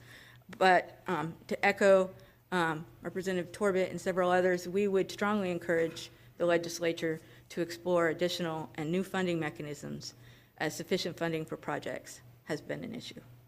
And those are my comments. Thank you very much for inviting me here today. Thank you, Ms. Fuller, for your presentation. Appreciate it. Chairman Island? One quick thing, my county has 2 MPOs, 1 RPO. I'm looking forward to a concise MPO presentation, but I also got an apology. I was reminded that my question on connectivity in and outside the state was answered on February 20th at the bottom of a detailed memo. I've got to quit going to the top 3 bullet points and going down to the bottom of the things. I apologize to the staff for that omission. Any further questions? Mr. Chair, in the back here. Harrison. Representative Harrison. Thank you, Mr. Chair, and thank you for that presentation. I just wanted to follow up quickly on the bike ped lack of funding. So just what is our DOT charging y'all? I mean, what kind of fees are those? I mean, not only are they not inputting any funds, but they want funds from local governments to build these? It's a mandatory that comes from the Federal Highway or Federal Highways. They have to oversee the project, and actually I believe that was something Federal Highways would have to do if NCDOT wasn't doing it for them. So it is not something that the DOT does because they're trying in any way to penalize the communities. It's a federal oversight that DOT has taken on, and so they need to be paid to take that, to do that process. Yes, ma'am. Representative Servani? Thank you. A question to the presenter, Ms. Fuller. Thank you. Thank you, ma'am. Great presentation. I often actually, and I'm glad you mentioned Pittsboro, because Pittsboro actually is near and dear to my heart, even though I live in Cary. But it's a great example of potential funding creativity when it comes to So Pittsboro has brought in Disney and what is it called? Chatham Park. Chatham Park. Right. And they've been very generous when it comes to infrastructure, including reclamation and water and things like that. Could there be potential to adding transportation and roads? Yes, first question on that. To, To ask, maybe I should broaden the question. In economic development, we have a performance-based economic incentive to add roads and transportation in the formulation of that incentive and also into funding into the STIP, because they're gonna add a few people and also industries coming in too. Is there potential of that? Has that been discussed? well, in Pittsburgh's case specifically, the developer has provided right-of-way that was used as, that the town used as bonus, not bonus allocation, but they put that money towards a project, and they got bonus allocation because the town actually put money towards Chatham Parkway. So yes, that is happening statewide. It just doesn't happen all that often. And also, it is a difficult thing to build, to build a road piecemeal.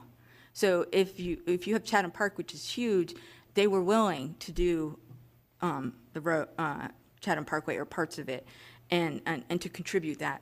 But they have other development in Pittsburgh happening right now, and they're struggling to figure out what to do with that, because this development may only have this portion of the road, but building that portion of the road and leaving it hanging seems like a waste. And but there's limited, at least, again, I'm not 100% sure, but I believe there's limited ways for a town to collect funds to save to build those roads later. So we don't really have a lot of, and I'm going to probably misspeak here, ability for towns to do things like impact fees or things like that. They have to voluntarily agree to do that type of work. Follow up. Yes. And I sit on property tax reform and reduction, and you hit the nail on the head on that. But I think this could be a very good opportunity. It's probably a question for NCDOT to maybe work with Commerce to maybe integrate that as a potential revenue source. And I'm just offering that to our committee and to transportation. Representative Branson. Thank you, Mr. Chair. A couple of questions and comments, please, sir. First off, I'd like to say thank you for the presentation that you all have given today. I've served on several MPOs prior to becoming a state legislator, and also in the transportation industry, so this is in my wheelhouse. Travel a lot of miles across North Carolina, so it's good to hear. Piedmont Triad Region, District 7, where I'm from, Greensboro, Guilford County. Got a lot going on. There's a lot going on across the state. One thing I didn't hear you guys touch on was progress that we're making in western North Carolina after our storms from last year. I'm kind of curious on I-40. And then another question. Money seems to be the big problem across DOT and the transportation modal. And I realize running trucks up and down the road daily, the rising cost to do business and fuel and product. I cater to the concrete industry and the asphalt industry as a supply chain. State highway use tax. From the commercial vehicle side, give us a number of what you're seeing across the state totally, from anything licensed above 26,000 pounds versus what we're seeing in a passenger vehicle across the state. We've got to figure a way, I think, with the economic development and being number one in job creation in the country, how are we going to keep up with our infrastructure? A lot of comments have been made. I haven't said anything, but those are key ingredients this body and the one across the way are going to have to figure out to maintain our roads as we continue to grow. The economic development piece is crucial for the larger regions and the urban and the smaller regions. So those are a couple couple of the questions that I want to hit on is ways that we try to generate revenue going forward. I'm gonna, as chair, I'm gonna ask Ms. Cameron to come back and follow up with some answers to those questions, if it's okay with you, Representative. Sure. North Carolina has one of the lowest highway use taxes in the nation at 3%. South Carolina is actually lower because it does have a cap. We raise approximately $1.2 billion a year. It was one of the key recommendations of the NC First report that I referred to earlier, to look at raising that fee, but also examining the dealer trade, where the amount you pay for a trade-in is reduced to the amount that is taxable. That is something that only about a third of states do, to give that dealer incentive, because that trade-in that happens in a private setting cannot be deducted, only at dealers. So those are the two recommendations that we will be doing. I will also say that NCDOT won a federal grant to look at revenue solutions. It was part of a multi-state Eastern state grant, and we will be undertaking another serious study at revenue options this summer and fall. Follow up. Yes. One quick question. Is there any way that you can break out passenger vehicle compared to commercial licensed vehicle? As a commercial licensed vehicle owner, we pay federal highway use tax, state highway use tax, and a lot of times, a lot of that market, I want to say probably getting into the 74%, 72% range versus the 25% range in passenger vehicle. I hear a lot of comment on sometimes, well, the big trucks tear the roads up. One of my pet peeves is we pay quite a bit more in federal and state highway use tax than a commercial piece. So I think it's crucial that the board knows as a whole what kind of numbers that we're looking at there. We do have that data. I, of course, don't have it with me, but we'll provide it after the meeting. Okay. Thank you. Follow up. Thank you. Thank you. Any other questions? That one particular piece that I mentioned on 40, just a little curious on progress that's being made in Western North Carolina on getting the interstate back up and rolling. I'm going to defer to the chief engineer. I figured that might be the case. Yeah, so obviously Hurricane Helene's still a priority for us, still a long way to go. The storm total cost estimate for just the transportation infrastructure is $5.8 billion. I-40 is a $2 billion project in itself. To date, we've spent about $1.4 billion on repairs out of that 5.8, so we're only about 25% of the way as far as expenditures. So we got several years more of work to do. I-40 specifically, work is underway. We're fully under contract with the reconstruction on that, and we're anticipating opening that road in 2028, the latter part of the summer. Thank you, sir. Yes, sir. Representative Torbett. Question for the engineer. Sorry. I've heard a lot of comment about 40 through the mountains. Most of the comment I've heard is that we should have put the road on the other side. I imagine you may have heard those in conversations at some point in time. We're 5 years down the road, I-40 is back open for or two-lane both ways, and the next storm comes through or the next slide comes through, and we're back in the same predicament because we can't, we're good, we can't move mountains. What's long range, what's long-term fix that perhaps to look at another route, look at moving the route to a new route?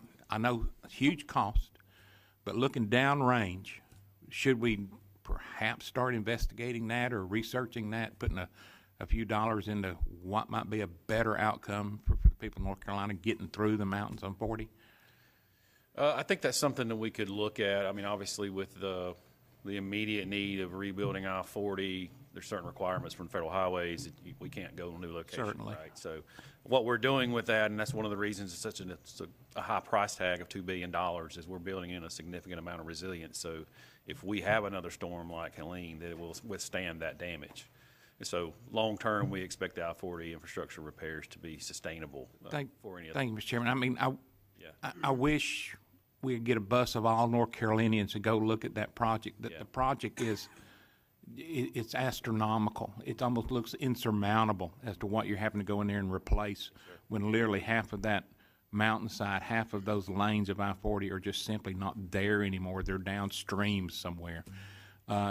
And it's just fascinating to see the rebuild. I've been fortunate to see it a couple of times now, and progress is immeasurable. I mean, it seems like you could be there forever putting rock back where rock used to be. But thank you for the work on that effort. And let's just continue to look for best outcomes for people in North Carolina. Thank you so much. Thank you. Thank you, Mr. Chairman. Yes. Well, if we have no more questions, we'll move on to our next presentation, and that's going to be Mr. Chris Lucasina, and he's president of the North Carolina Association of Metropolitan Planning Organization.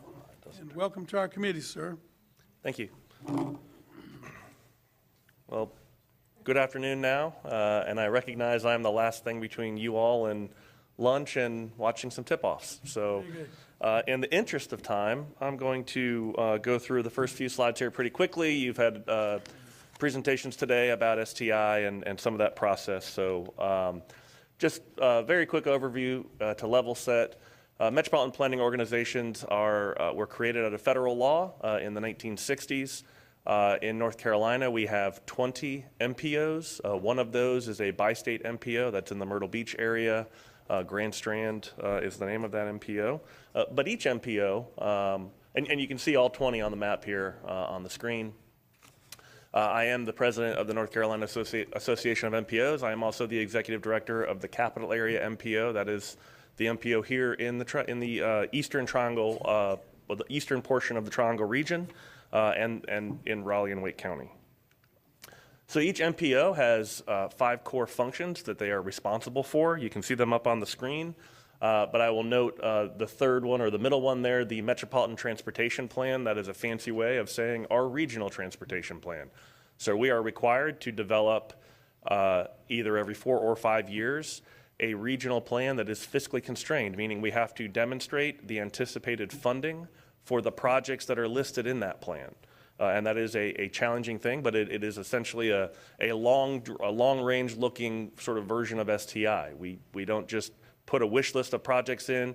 They have to be fiscally constrained, so we show that there's an anticipated amount of revenue to cover those costs. And then the one right next to it, to the right, develop the Transportation Improvement Program. Each MPO is required to develop its own regional transportation improvement program, and I'll talk a little bit more about that in a few moments. Each MPO, the structure of those MPOs, so you kind of understand that. There's an MPO governing board. Generally, that's made up of local elected officials. Some of you all have mentioned you have served on those boards. There's also a staff-level technical committee that provides recommendations and advice to that board. There's conduits back to the local jurisdictions and their governing boards, as well as generally professional staff at each MPO. MPOs are the place, they're the setting for collaborative decision-making where tough choices can be made by multiple parties. You've already heard from Carol Fuller just a moment ago. MPOs and RPOs in this state have a long history of working together. I myself worked in RPOs before I began working for MPOs in the eastern part of the state. So we have worked together for a long time, and we do a lot of collaborating. And the main thing I want to point out on here as it relates to prioritization is that third bullet. There are lots and lots of examples, more and more every day, of MPOs, RPOs, and division engineers working together in order to get priorities programmed, hopefully funded, and then ultimately, hopefully, implemented. And I say it that way because those are 3 very different things that take place. And just one other thing, over the years, we've heard a lot about urban versus rural or coast versus the Piedmont, and I'd like to just point out that Some of the places we think of as urban are actually considered rural, and some of the places we think of as rural are actually considered urban when it comes to transportation. Wilson, Sanford, those are in RPOs. Bunn, Simpson, Anger, those are in MPOs. So some of the smallest of the small communities in our state are actually within an MPO, and some of our larger cities are actually within RPOs. Some of our priorities in an urban area might actually be in a rural area. And I can tell you the first time that we sat down with everyone between here and Norfolk and wanted to talk about the future I-87, we had some folks in the rural areas kind of scratching their heads saying, why is Raleigh interested in that? And we said, well, it's a priority to connect to Norfolk and provide that connectivity across the state. It will help economic development all along that corridor. That's a priority for folks in Raleigh. Another important partner is NCDOT.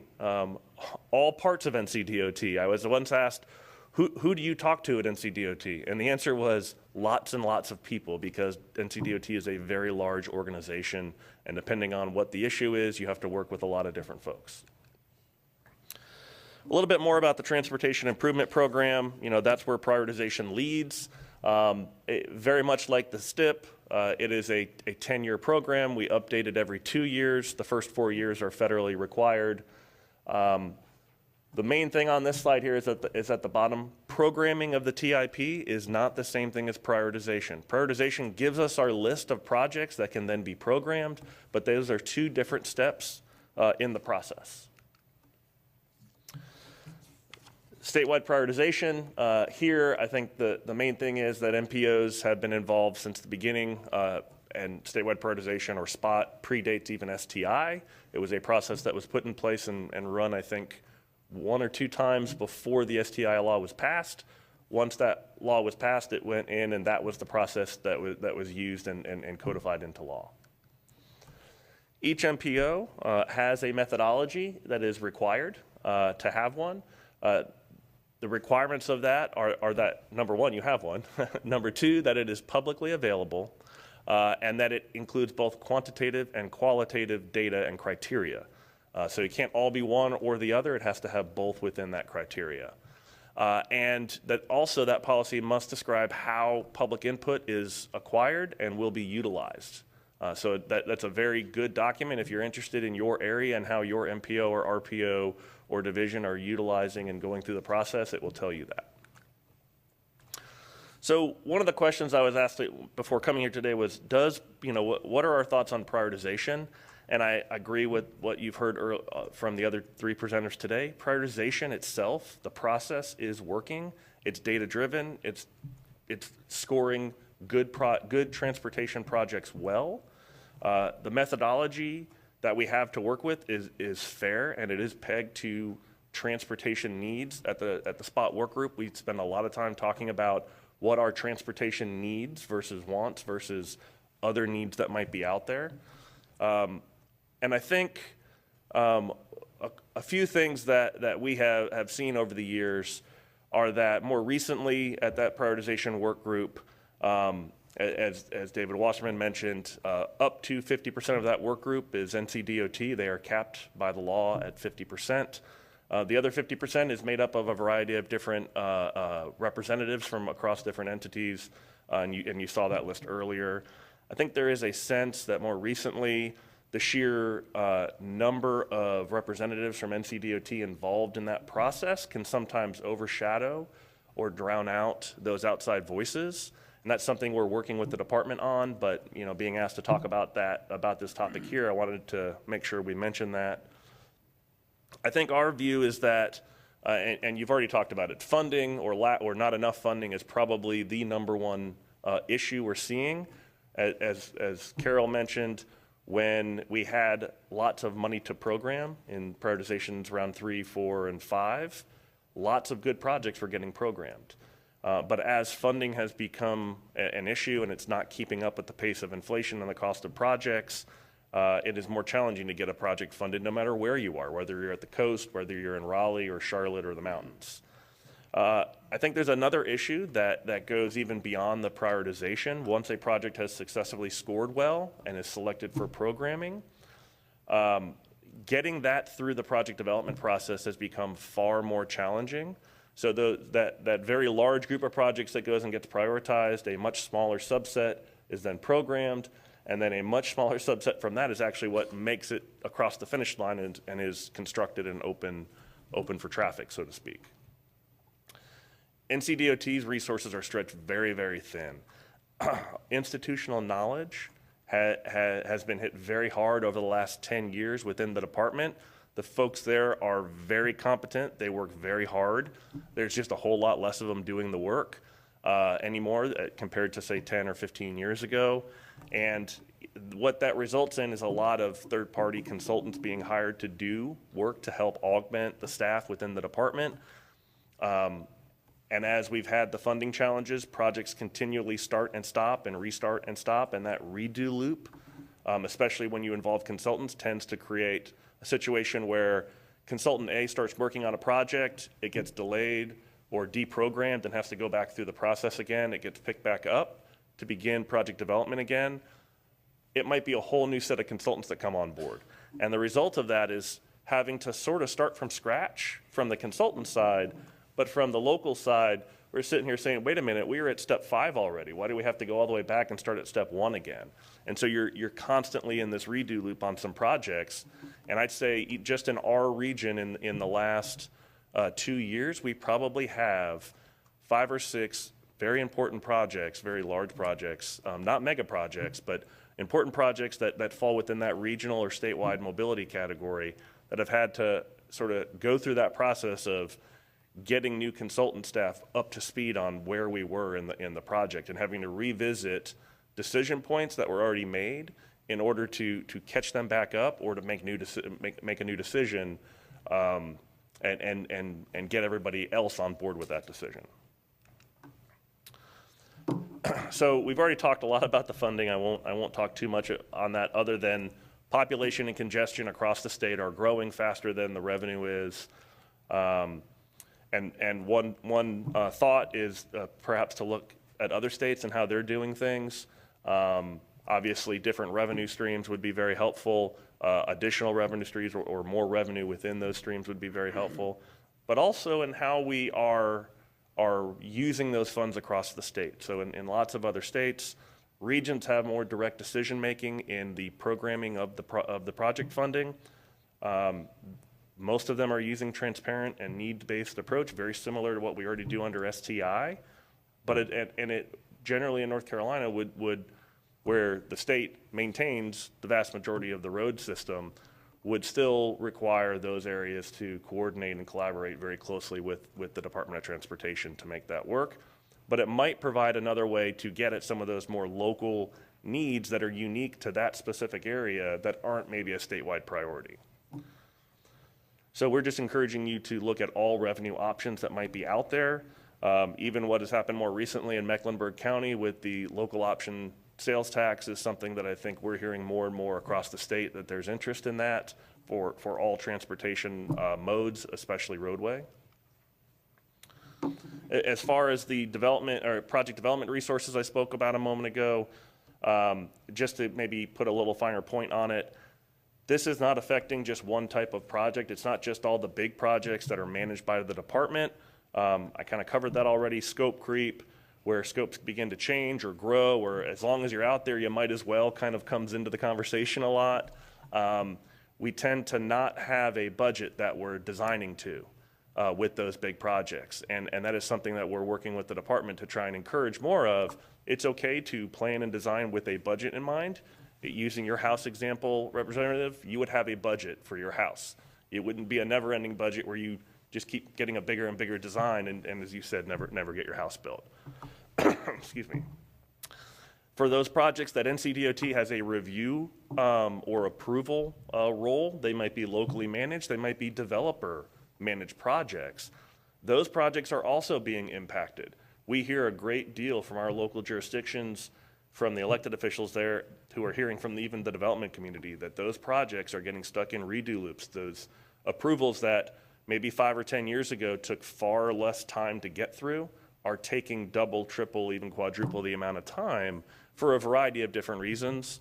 And so looking for more ways to accelerate that, to keep those projects that have been programmed, that have their money in place, from sitting in there forever and having costs go up while they're, as you're designing a new bridge and you see that project costs go up and up and up and up, every day you realize it's less and less likely to actually get built.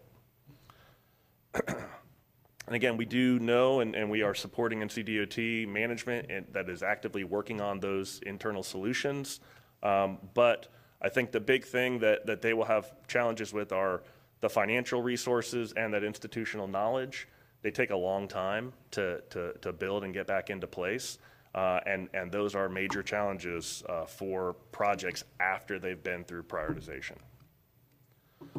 A few other, I guess, closing thoughts here.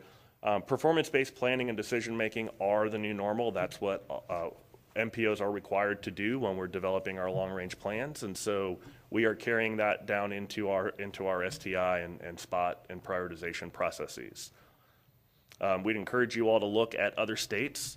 While North Carolina is looked at as a best practice state for prioritization, I think we can still learn a lot from other states and how they're doing things, even if it's not for their statewide program. It could be for some of their regional programs. For example, in Minnesota, the Transportation Economic Development Program, or TED program, that is a transportation funding program that is targeted specifically for economic development. From my time in the RPO world in the more rural parts of our state, economic development tends to be one of the strong talking points for transportation need, whereas a lot of other parts of the state, congestion and safety tend to be the big things that are talked about in transportation. In Minnesota, this TED program is a direct program to deal with that economic development. If you build it, they will come discussion point. And then my final point here is, if you all are interested and involved, I encourage you to get involved with your MPOs or your RPOs. Those boards and those staffs are always ready and willing to welcome you to those discussions and be a part of that process locally. That's all I have for you. Thank you, Ms. Lucasina. Chairman Eiler has some questions, I believe. Yeah, thank you, sir, for being here and making a presentation. As I may have mentioned before, we're in the MPO with Horry and Georgetown counties. Our advisory committee, just in North Carolina, has 4 votes with the TCC or the coordinating committee, and they have 10 in South Carolina and 4. So we're kind of the tail being wagged by the dog. They have totally different criteria for building. They got the penny sales tax for finance as well as whatever their state's doing. And I'd like to, but the Wilmington MPO is also in my district. They'd like a nice new bridge over the Cape Fear River. So if we all got our priorities, it's just how we get there. And I'd like some input as far as what you're thinking about being in an MPO with another state, which, really doesn't help you with your financing, and exactly what can be done about something like that. It may or may not. I know it's a federal designation, right? Yes, sir. Okay. But I would encourage you, if you look at other states, I've got a son-in-law who is an engineer, was building roads in Florida, Georgia, and North Carolina, and he recommends looking at Georgia. So, thank you. Any follow-up?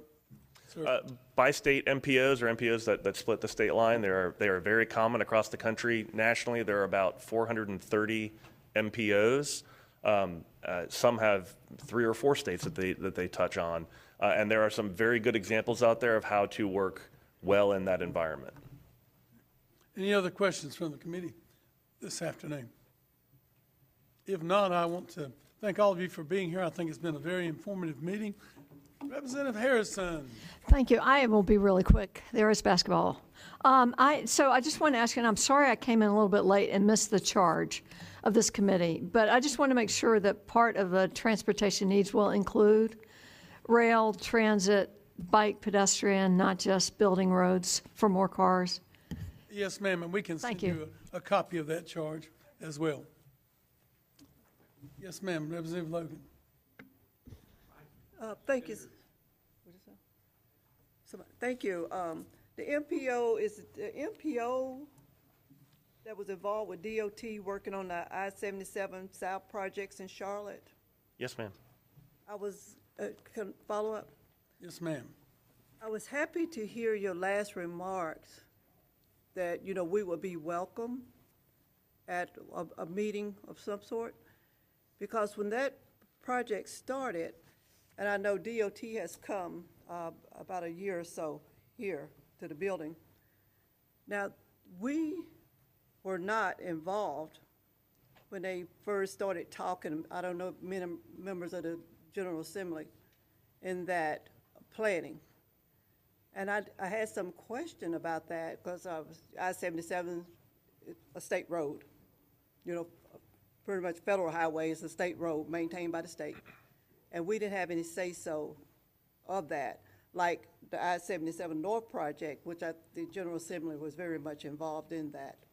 So I always wondered why no one from the legislature was involved in any of those meetings, in which I was just asked the other night, said, we're asking you now.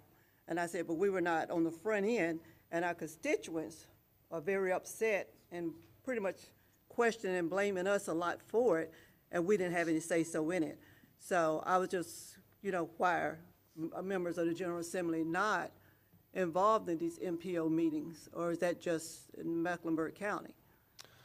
Well, I can't speak to the specific process for the CRTPO. I know in our MPO here in the Capital Region, our meetings are open, and we have a distribution list that we use for the legislative delegation in the area on issues and on general just happenings when our meetings are scheduled and things. I think there may be some, so each MPO, the makeup of their board can vary. So all of them have Board of Transportation members that are on them. They all have local representatives, generally the mayor if it's a municipality, a county commissioner if it's the county. There may be a few MPOs out there that have legislators at the state level on them. I know we, as I said here at NCAMPO, we always distribute everything, you know, our agendas and things via a list to the legislators, as well as everyone else that signed up for it, and of course the members in the local jurisdictions. Just one quick. And, you know, we keep hearing help, you know, about the funding, and you need fund, you know, DOT needs funding and everything, and we understand that, and we want our state to be on point. But, you know, we'd like to be invited to the dance also. So thank you. Thank you, Representative Logan. I also think that's a concern because we're the ones everybody comes to for the funding and wants the money to build all these things and do all these things, but yet we're not having any input as to who's on the RPOs or MPOs. That's a good question, good thought. Thank you. Any other questions from the committee? Representative Torbett. Mr.